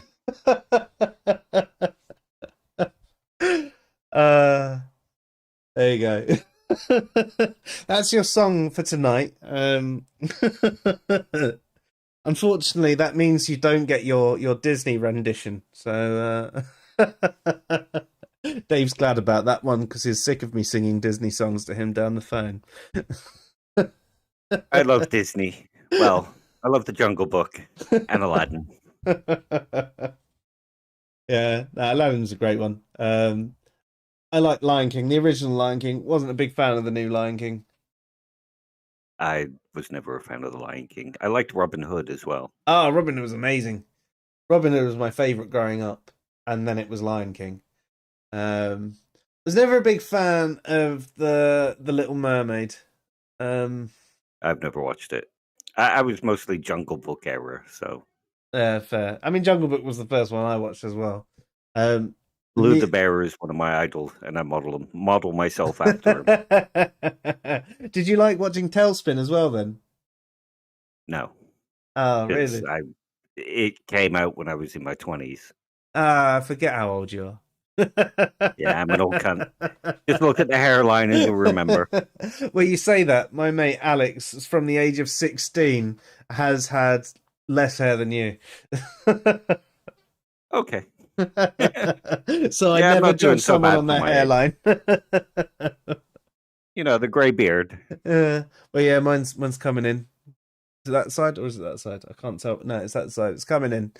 But then Old there's certain man. areas of my skin where I don't have any pigment, so I've always had like grey hairs in this bit, but they're because I've just got no pigment. We're talking about the self, so it's kind of relevant. Yep.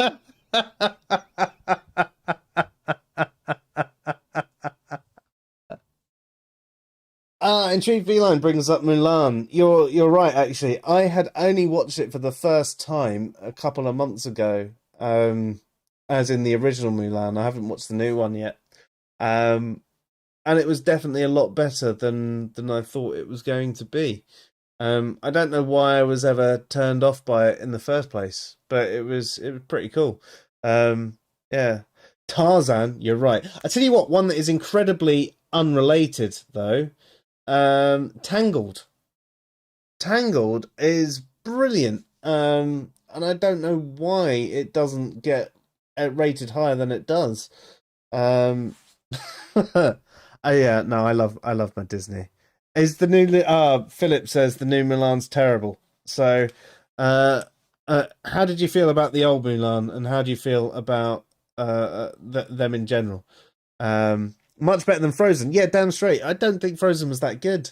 Um, I've not seen it. yeah, to be honest, I've never been able to watch it in completeness. I've lost words, but no, I've never watched it in its entirety. It's yeah, just there's just something about it that I find incredibly boring. The best bit about it was the snowman talking about how he wanted to go out in the sun, not realizing that he was going to melt. But that's about the only bit of it that I really enjoyed.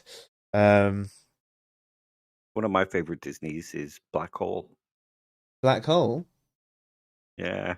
Like a That sci-fi film is really dark. I don't even think I've heard of it. Oh, okay. Yeah, no, it's sci-fi from when Star Wars was like big, but it's dark and moody and oh, if you haven't seen it, watch it. It's brilliant. I never even heard of it. I will see if I can find a copy of that to buy. Maybe it's on Amazon Prime or something. Um, Black Hole. So it was so in the 70s then if it was Star Wars era. Yeah, or it might have been 80, like just in the beginning of the 80s. Ah, So yeah. when I was about 10, I think. You might have just sorted out my weekend. Good, honestly, it's dark. um so Philip says the old Mulan good, new one's bad. Yeah, fair enough. So I will save myself the pain. Luke, when can we expect the philosophy of Disney? Isn't that just capitalism? Yeah, I mean, are we talking about the movies themselves, or are we actually just talking about the company and the economics behind it? And And the frozen head. yeah, and the fact that apparently Walt Disney was a bit of a Nazi. Great movies, bad ethics. Yeah. Emperor's New Groove. Yes, I watched that literally last week. I love it. It's one of the best, and it doesn't feel like a normal Disney movie. But yes, Emperor's New Groove and the sequel, Kronk's New Groove. Do you know what? It was Tyler that said it. It was clearly there in my subconscious, and it appeared in the chat.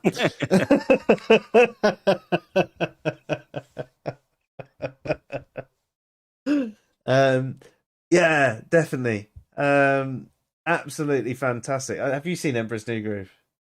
No. Did you ever watch the sitcom Just Shoot Me? Had David Spade in it? Is that the guy with the blonde hair that came down to there? Yeah. Yeah, he's the emperor in it, who gets turned into a llama.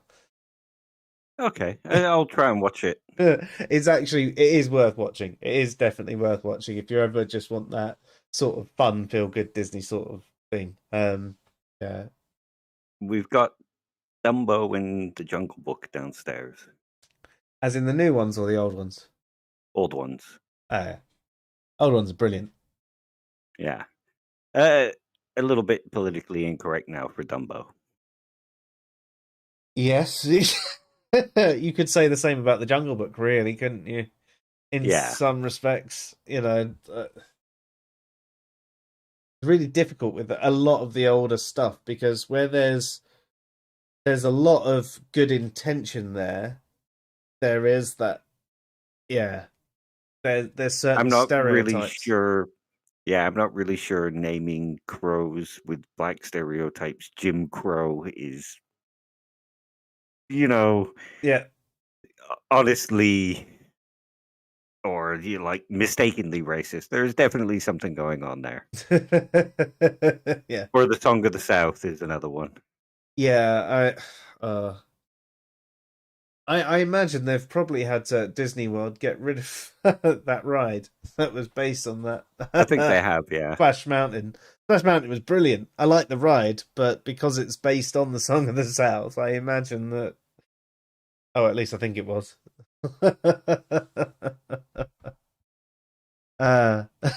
We've got really off topic now, haven't we? We've just had. I think our personal identity, yeah, and how it relates to Disney films. 20 minutes of Disney films. But the best thing is, everybody who's watching right now is joining in and loving the fact that we're talking about Disney films. Philip, you like Dangled as well. That's brilliant.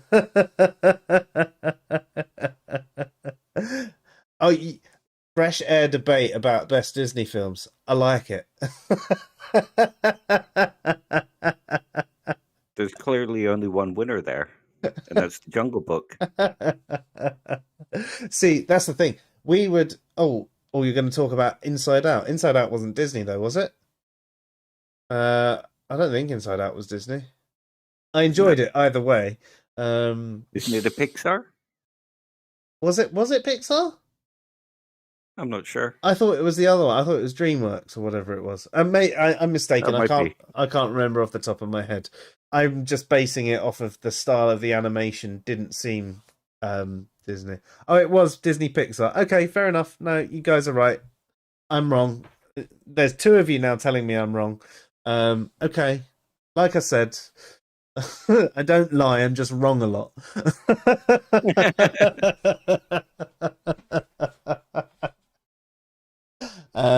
Fair. I had assumed it was DreamWorks. But yeah, no, I did like Inside Out. That was good as well. So you guys actually at some point want to have a debate about Disney movies. I reckon we should do this. Maybe it should be the next month's end of month free for all. We'll have a debate about all the Disney movies or something like that. Have it as part of a show, because I can't see how we could do an entire, unless you're going to actually plan a formal debate and you're going to have massive speeches supporting the best movies and why. I mean, that would be absolutely hilarious. If you guys want to put that much effort into it, I'd be so happy to moderate that. You could argue for something like Snow White, because that's what changed animation and filmmaking, like, for the future. It revolutionized animation.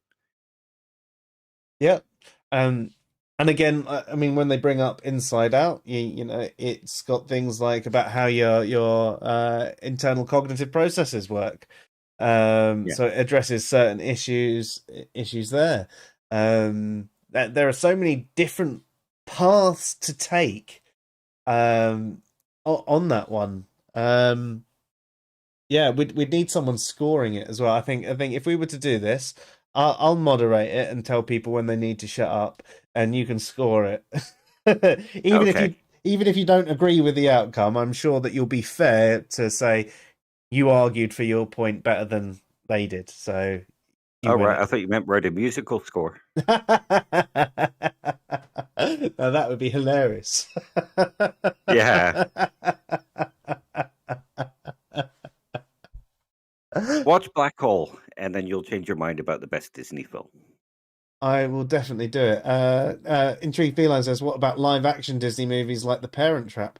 I didn't even realize that was Disney. And Freaky Friday, Was Freaky Friday Disney as well? as far as I can remember. Ah, fair. And was it Race to Witch Mountain? I think they were Disney as well. Hey, Pirates of the Caribbean. They were all Disney. Yeah, but they were crap. Oh, but they were the good kind of shit. I really enjoyed them. Mainly for Jack Sparrow, to be fair. I just liked the character. It was an amusing character for me.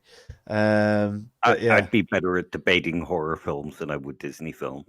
yeah, I'm sure you would. Yeah, you'd wipe the floor with everyone when it came to horror films. I mean, as much as I like my horror, you you fucking love your horror. Yeah.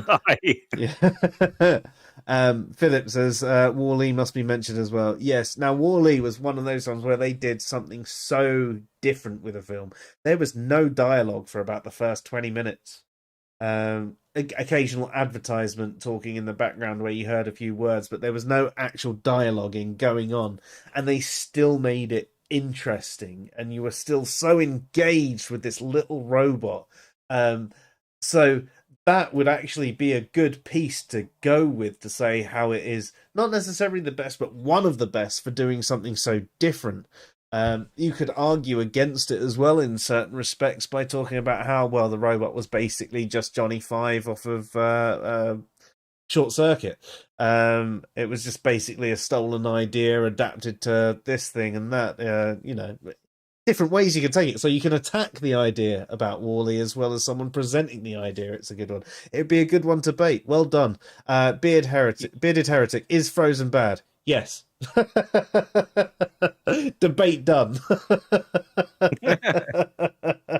I mean, for films that are emotional without dialogue and stuff, going with Disney, you could go with Fantasia. Yeah. Actually, there was pretty much no dialogue in that as far as I remember. It was just musical score. Yeah. So there you go. So yeah. Very different style movie to how Wall-E presented itself, but equally well played with the lack of dialogue. Yeah.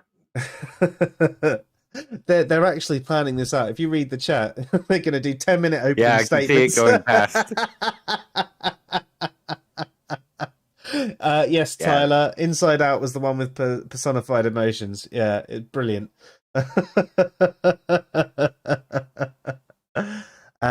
Injury Feline says, no matter how hard the wind blows, the mountain cannot bow to it. Philip requests an impartial moderator.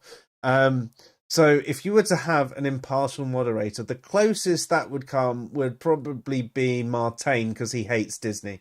Does that count as impartial? Yeah. But then he'd just be wrong because he hates Disney. If you don't accept that, then I don't know. Intrigue Feline, can you be impartial? I know you can be right, but can you be impartial? Contact Modern Day Debate. Yes, they're always looking for different debates. Yeah. And James is a pretty good impartial moderator. Let's see if we can do that. That'd be hilarious. I doubt they'd go for it. We want to debate Disney films. Yeah, the only problem is Tom Jump would probably jump in going, I want to debate Disney films. And we'd say, no. No. Go play with your immoral rocks. But then he would be immoral because he would be imposing his will on the rocks. He'd be immoral for joining the debate because he'd be imposing his will on us. Yep.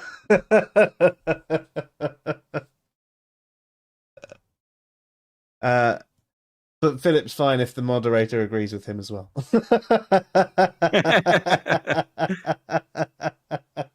Send money to my PayPal and I'll agree with you. Yeah. I don't Yeah. have a PayPal, but you know. Send it to mine instead. I promise I'll forward it on to Dave. In drugs. Shh.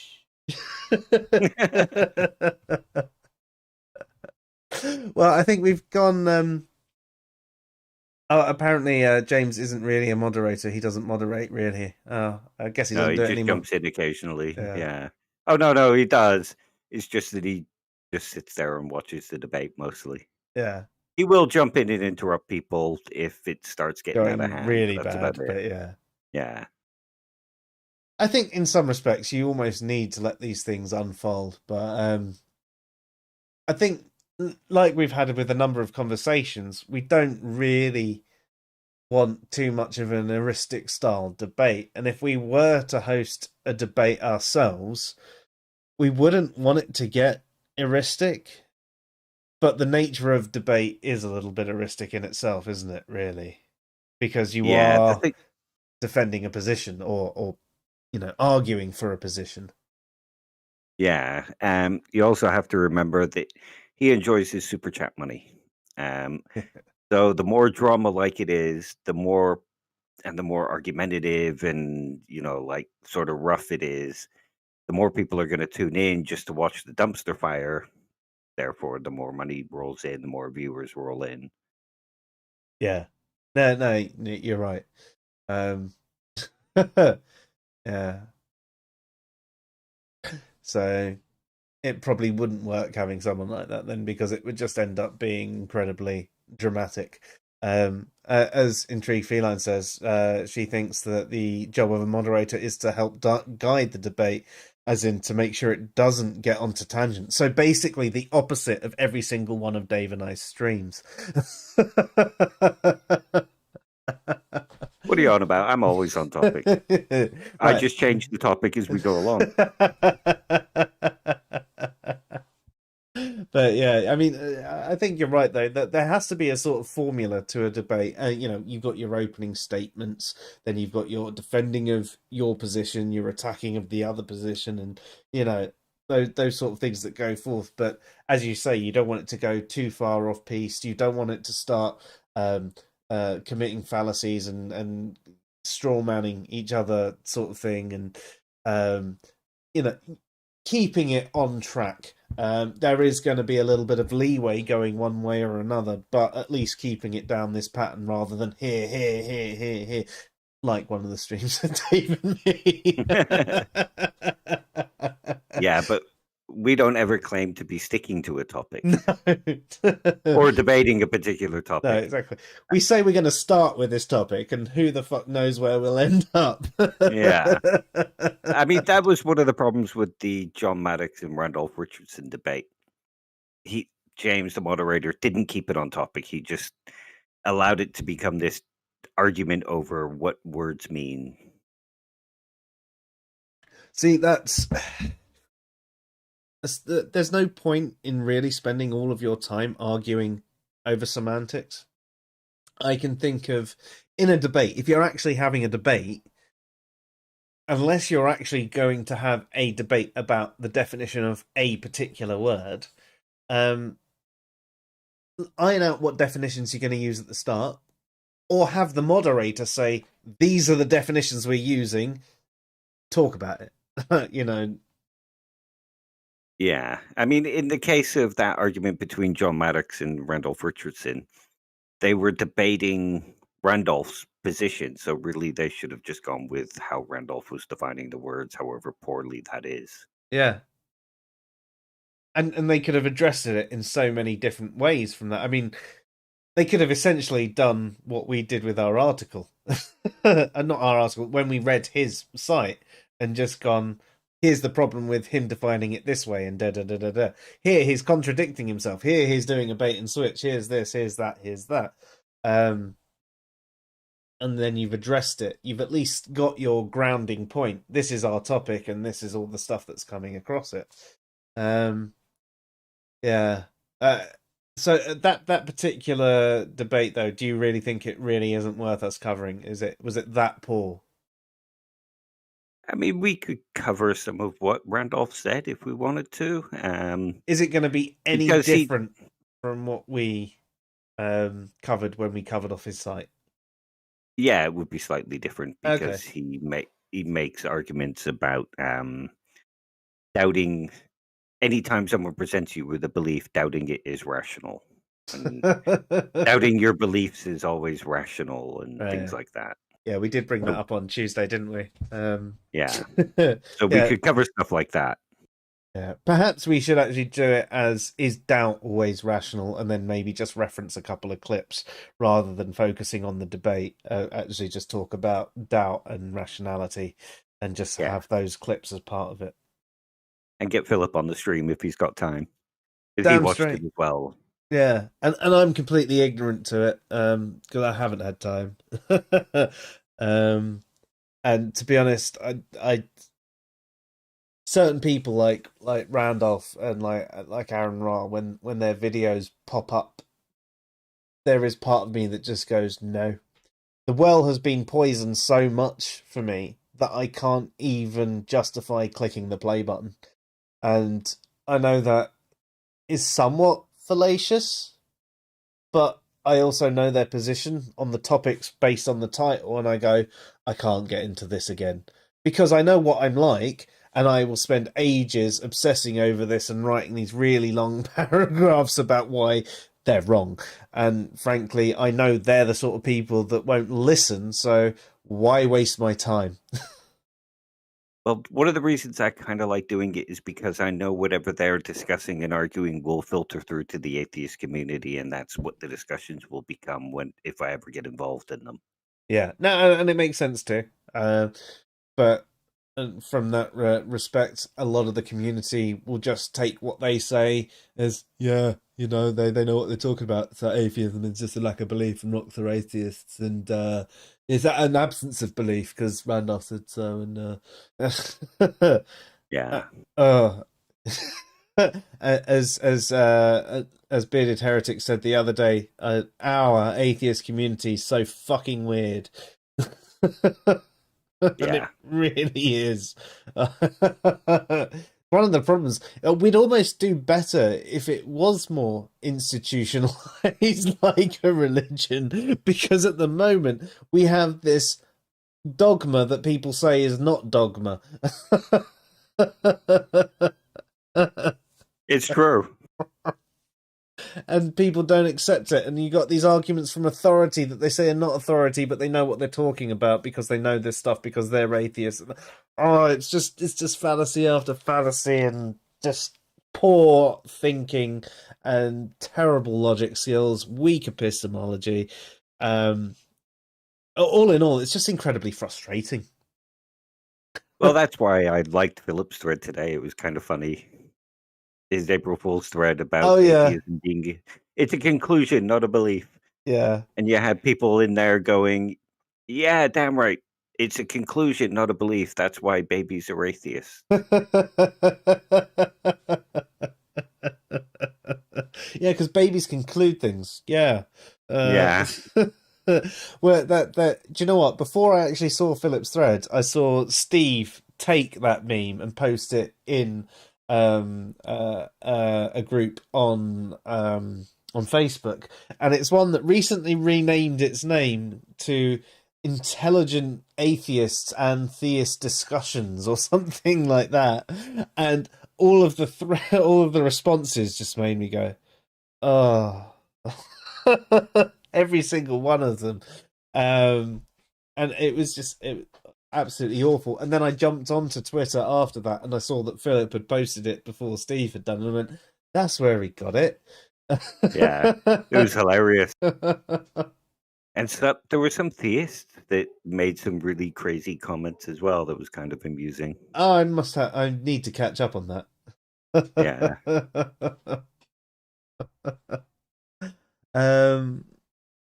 So Bearded Heretic says, I find some debate so dull because it's just recycling the same points over and over. But that's your brain making you say that. I assume that that's a free will debate that you got into there, Luke. Yeah, I'm going to have to disagree with that because I don't have a brain, so it can't be making me say that. There's nothing but empty space in there. Intrigue Feline says, yeah, that's talking about the moderation that we were talking about earlier. That's where a guiding moderator comes in to steer the debate and not resolve the same talking points. Debate the definition of atheism. No. No, we will not debate that. It's polysemous, and there is one that is definition of atheism that is more sound than the other, and that's the proposition that gods do not exist, and an atheist is one that accepts that as true. And you know what? You can disagree with that if you want, and I don't think you can justify it as being more sound than that. It's perfectly valid. All the definitions are valid. I'm not going to get into that whole argument, but I've got plenty of articles that you can read because I cannot be bothered to have that conversation anymore. And I know you were joking with your statement there, Intrigue Feline. I do know you were joking, but I just felt I had to address that briefly. Atheism is a beetle in a box. It's a magical word that means whatever people want it to mean. Yeah, someone that eats cheese sandwiches. Yeah. Bearded Eric says, what subject do you two differ on that you would have the best debate on? Oh, that's a good one. What's our biggest difference of opinion, Dave? I don't know. How could anyone disagree with me? I'm just super clever. The thing is, I think the closest disagreements that Dave and I would have would be things that are more subjective, like taste in music and movies and things like that. For example, I would say that even the Zack Snyder cut of the Justice League was incredibly overrated. It was okay, which is better than the original one that was just shit. But you know, I still don't think it was good. I really enjoyed it. Yeah, towards the end I enjoyed it, but that's probably our biggest disagreement that we probably have. I don't think that there's anything important that we'd disagree on. Philip, we haven't really discussed various philosophical positions in that sort of sense, so Yeah. I don't really know in terms of that. Well, maybe we should actually bullet point those at some point, and we'll come back to you, Luke, and we'll find some larger disagreements. Yeah. Hopefully See we'll you find later, someone. Are you off? Yeah, see you next Tuesday too.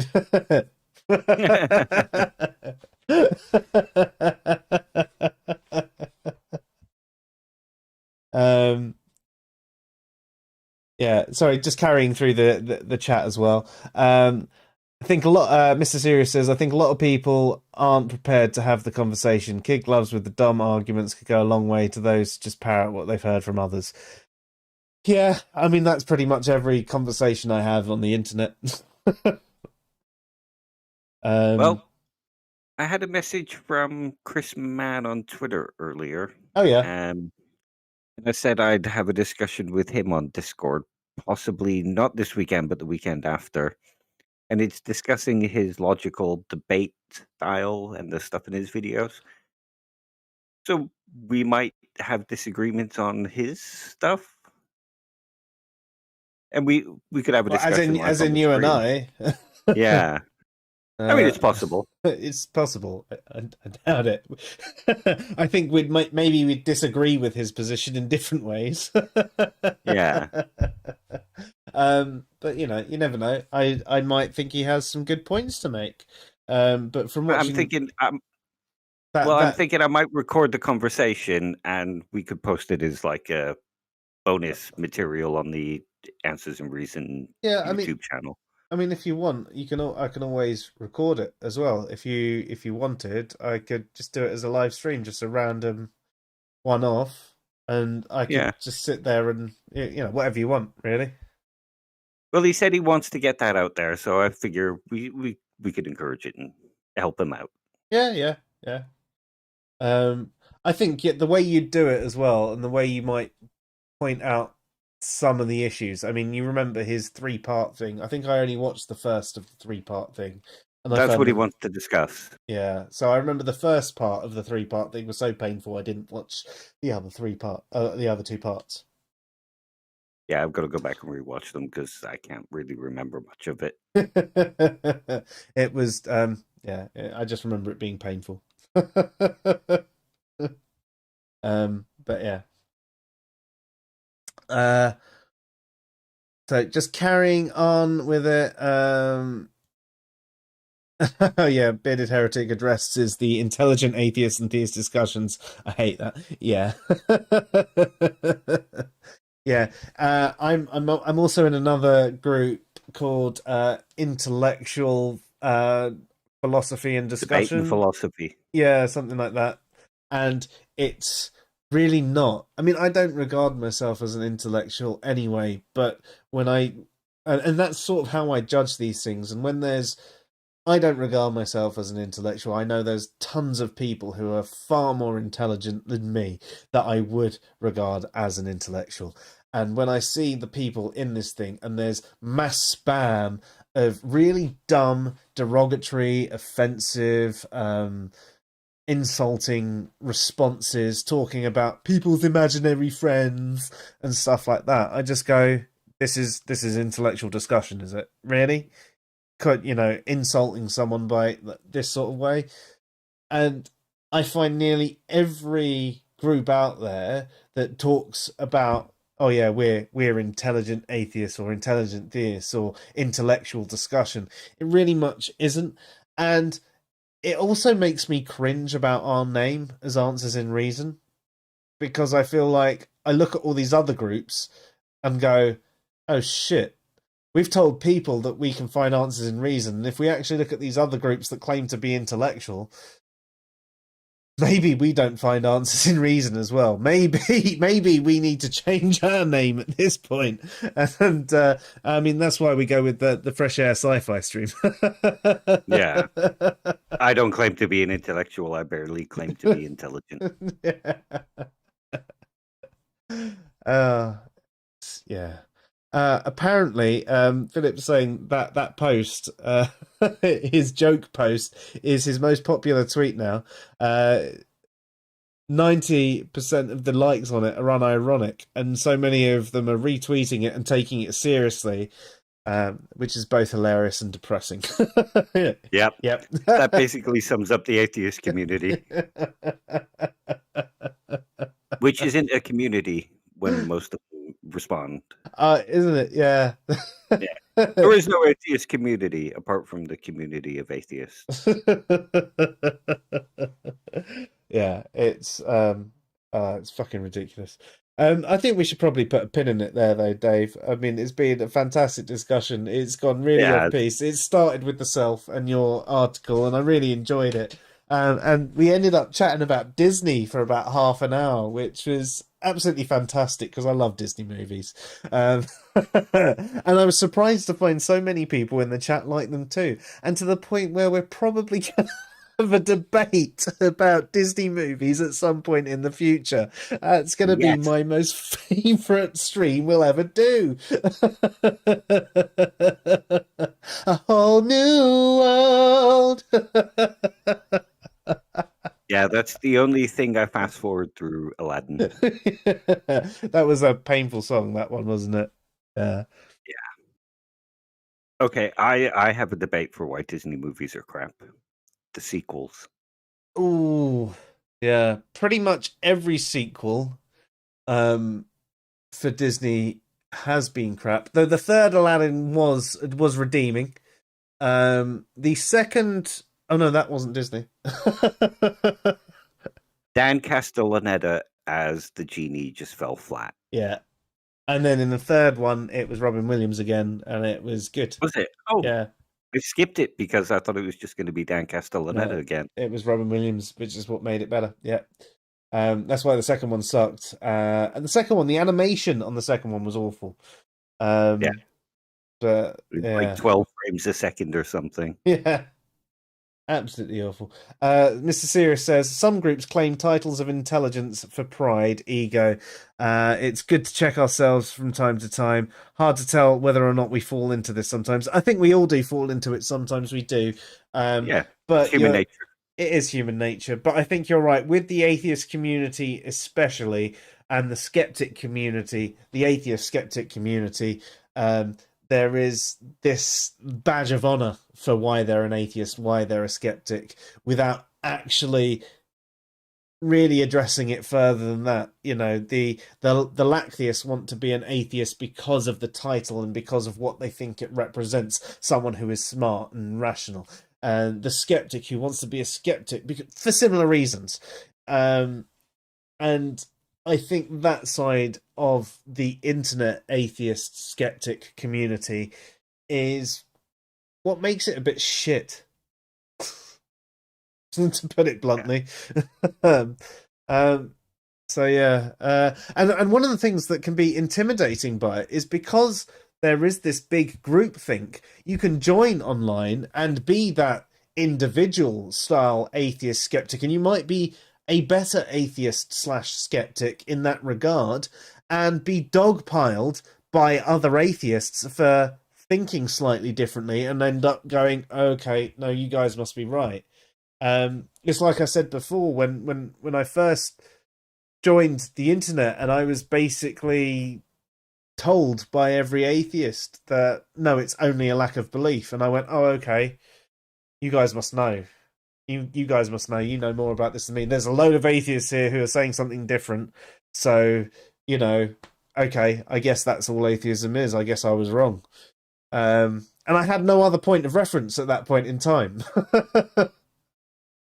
And that's what I think it is for a lot of people. But that's how it goes. Computer Brain says the debate about Frozen, they need to let it go.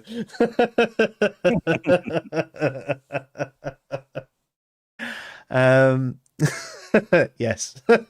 Right. I think we should wrap it up there for the night. So as I mentioned, on Tuesday we've got Luke, aka Bearded Heretic, coming on and discussing the psychology of consciousness and morality. So it's taking a slightly different approach to two topics that really interest Dave and I. I don't think that we're going to get everything done in one stream. I think that we're probably going to end up doing at least 3 from the list of things that he wants to discuss, which is fine by us, completely fine by us. They might not be one after another, but I'm really looking forward to addressing that.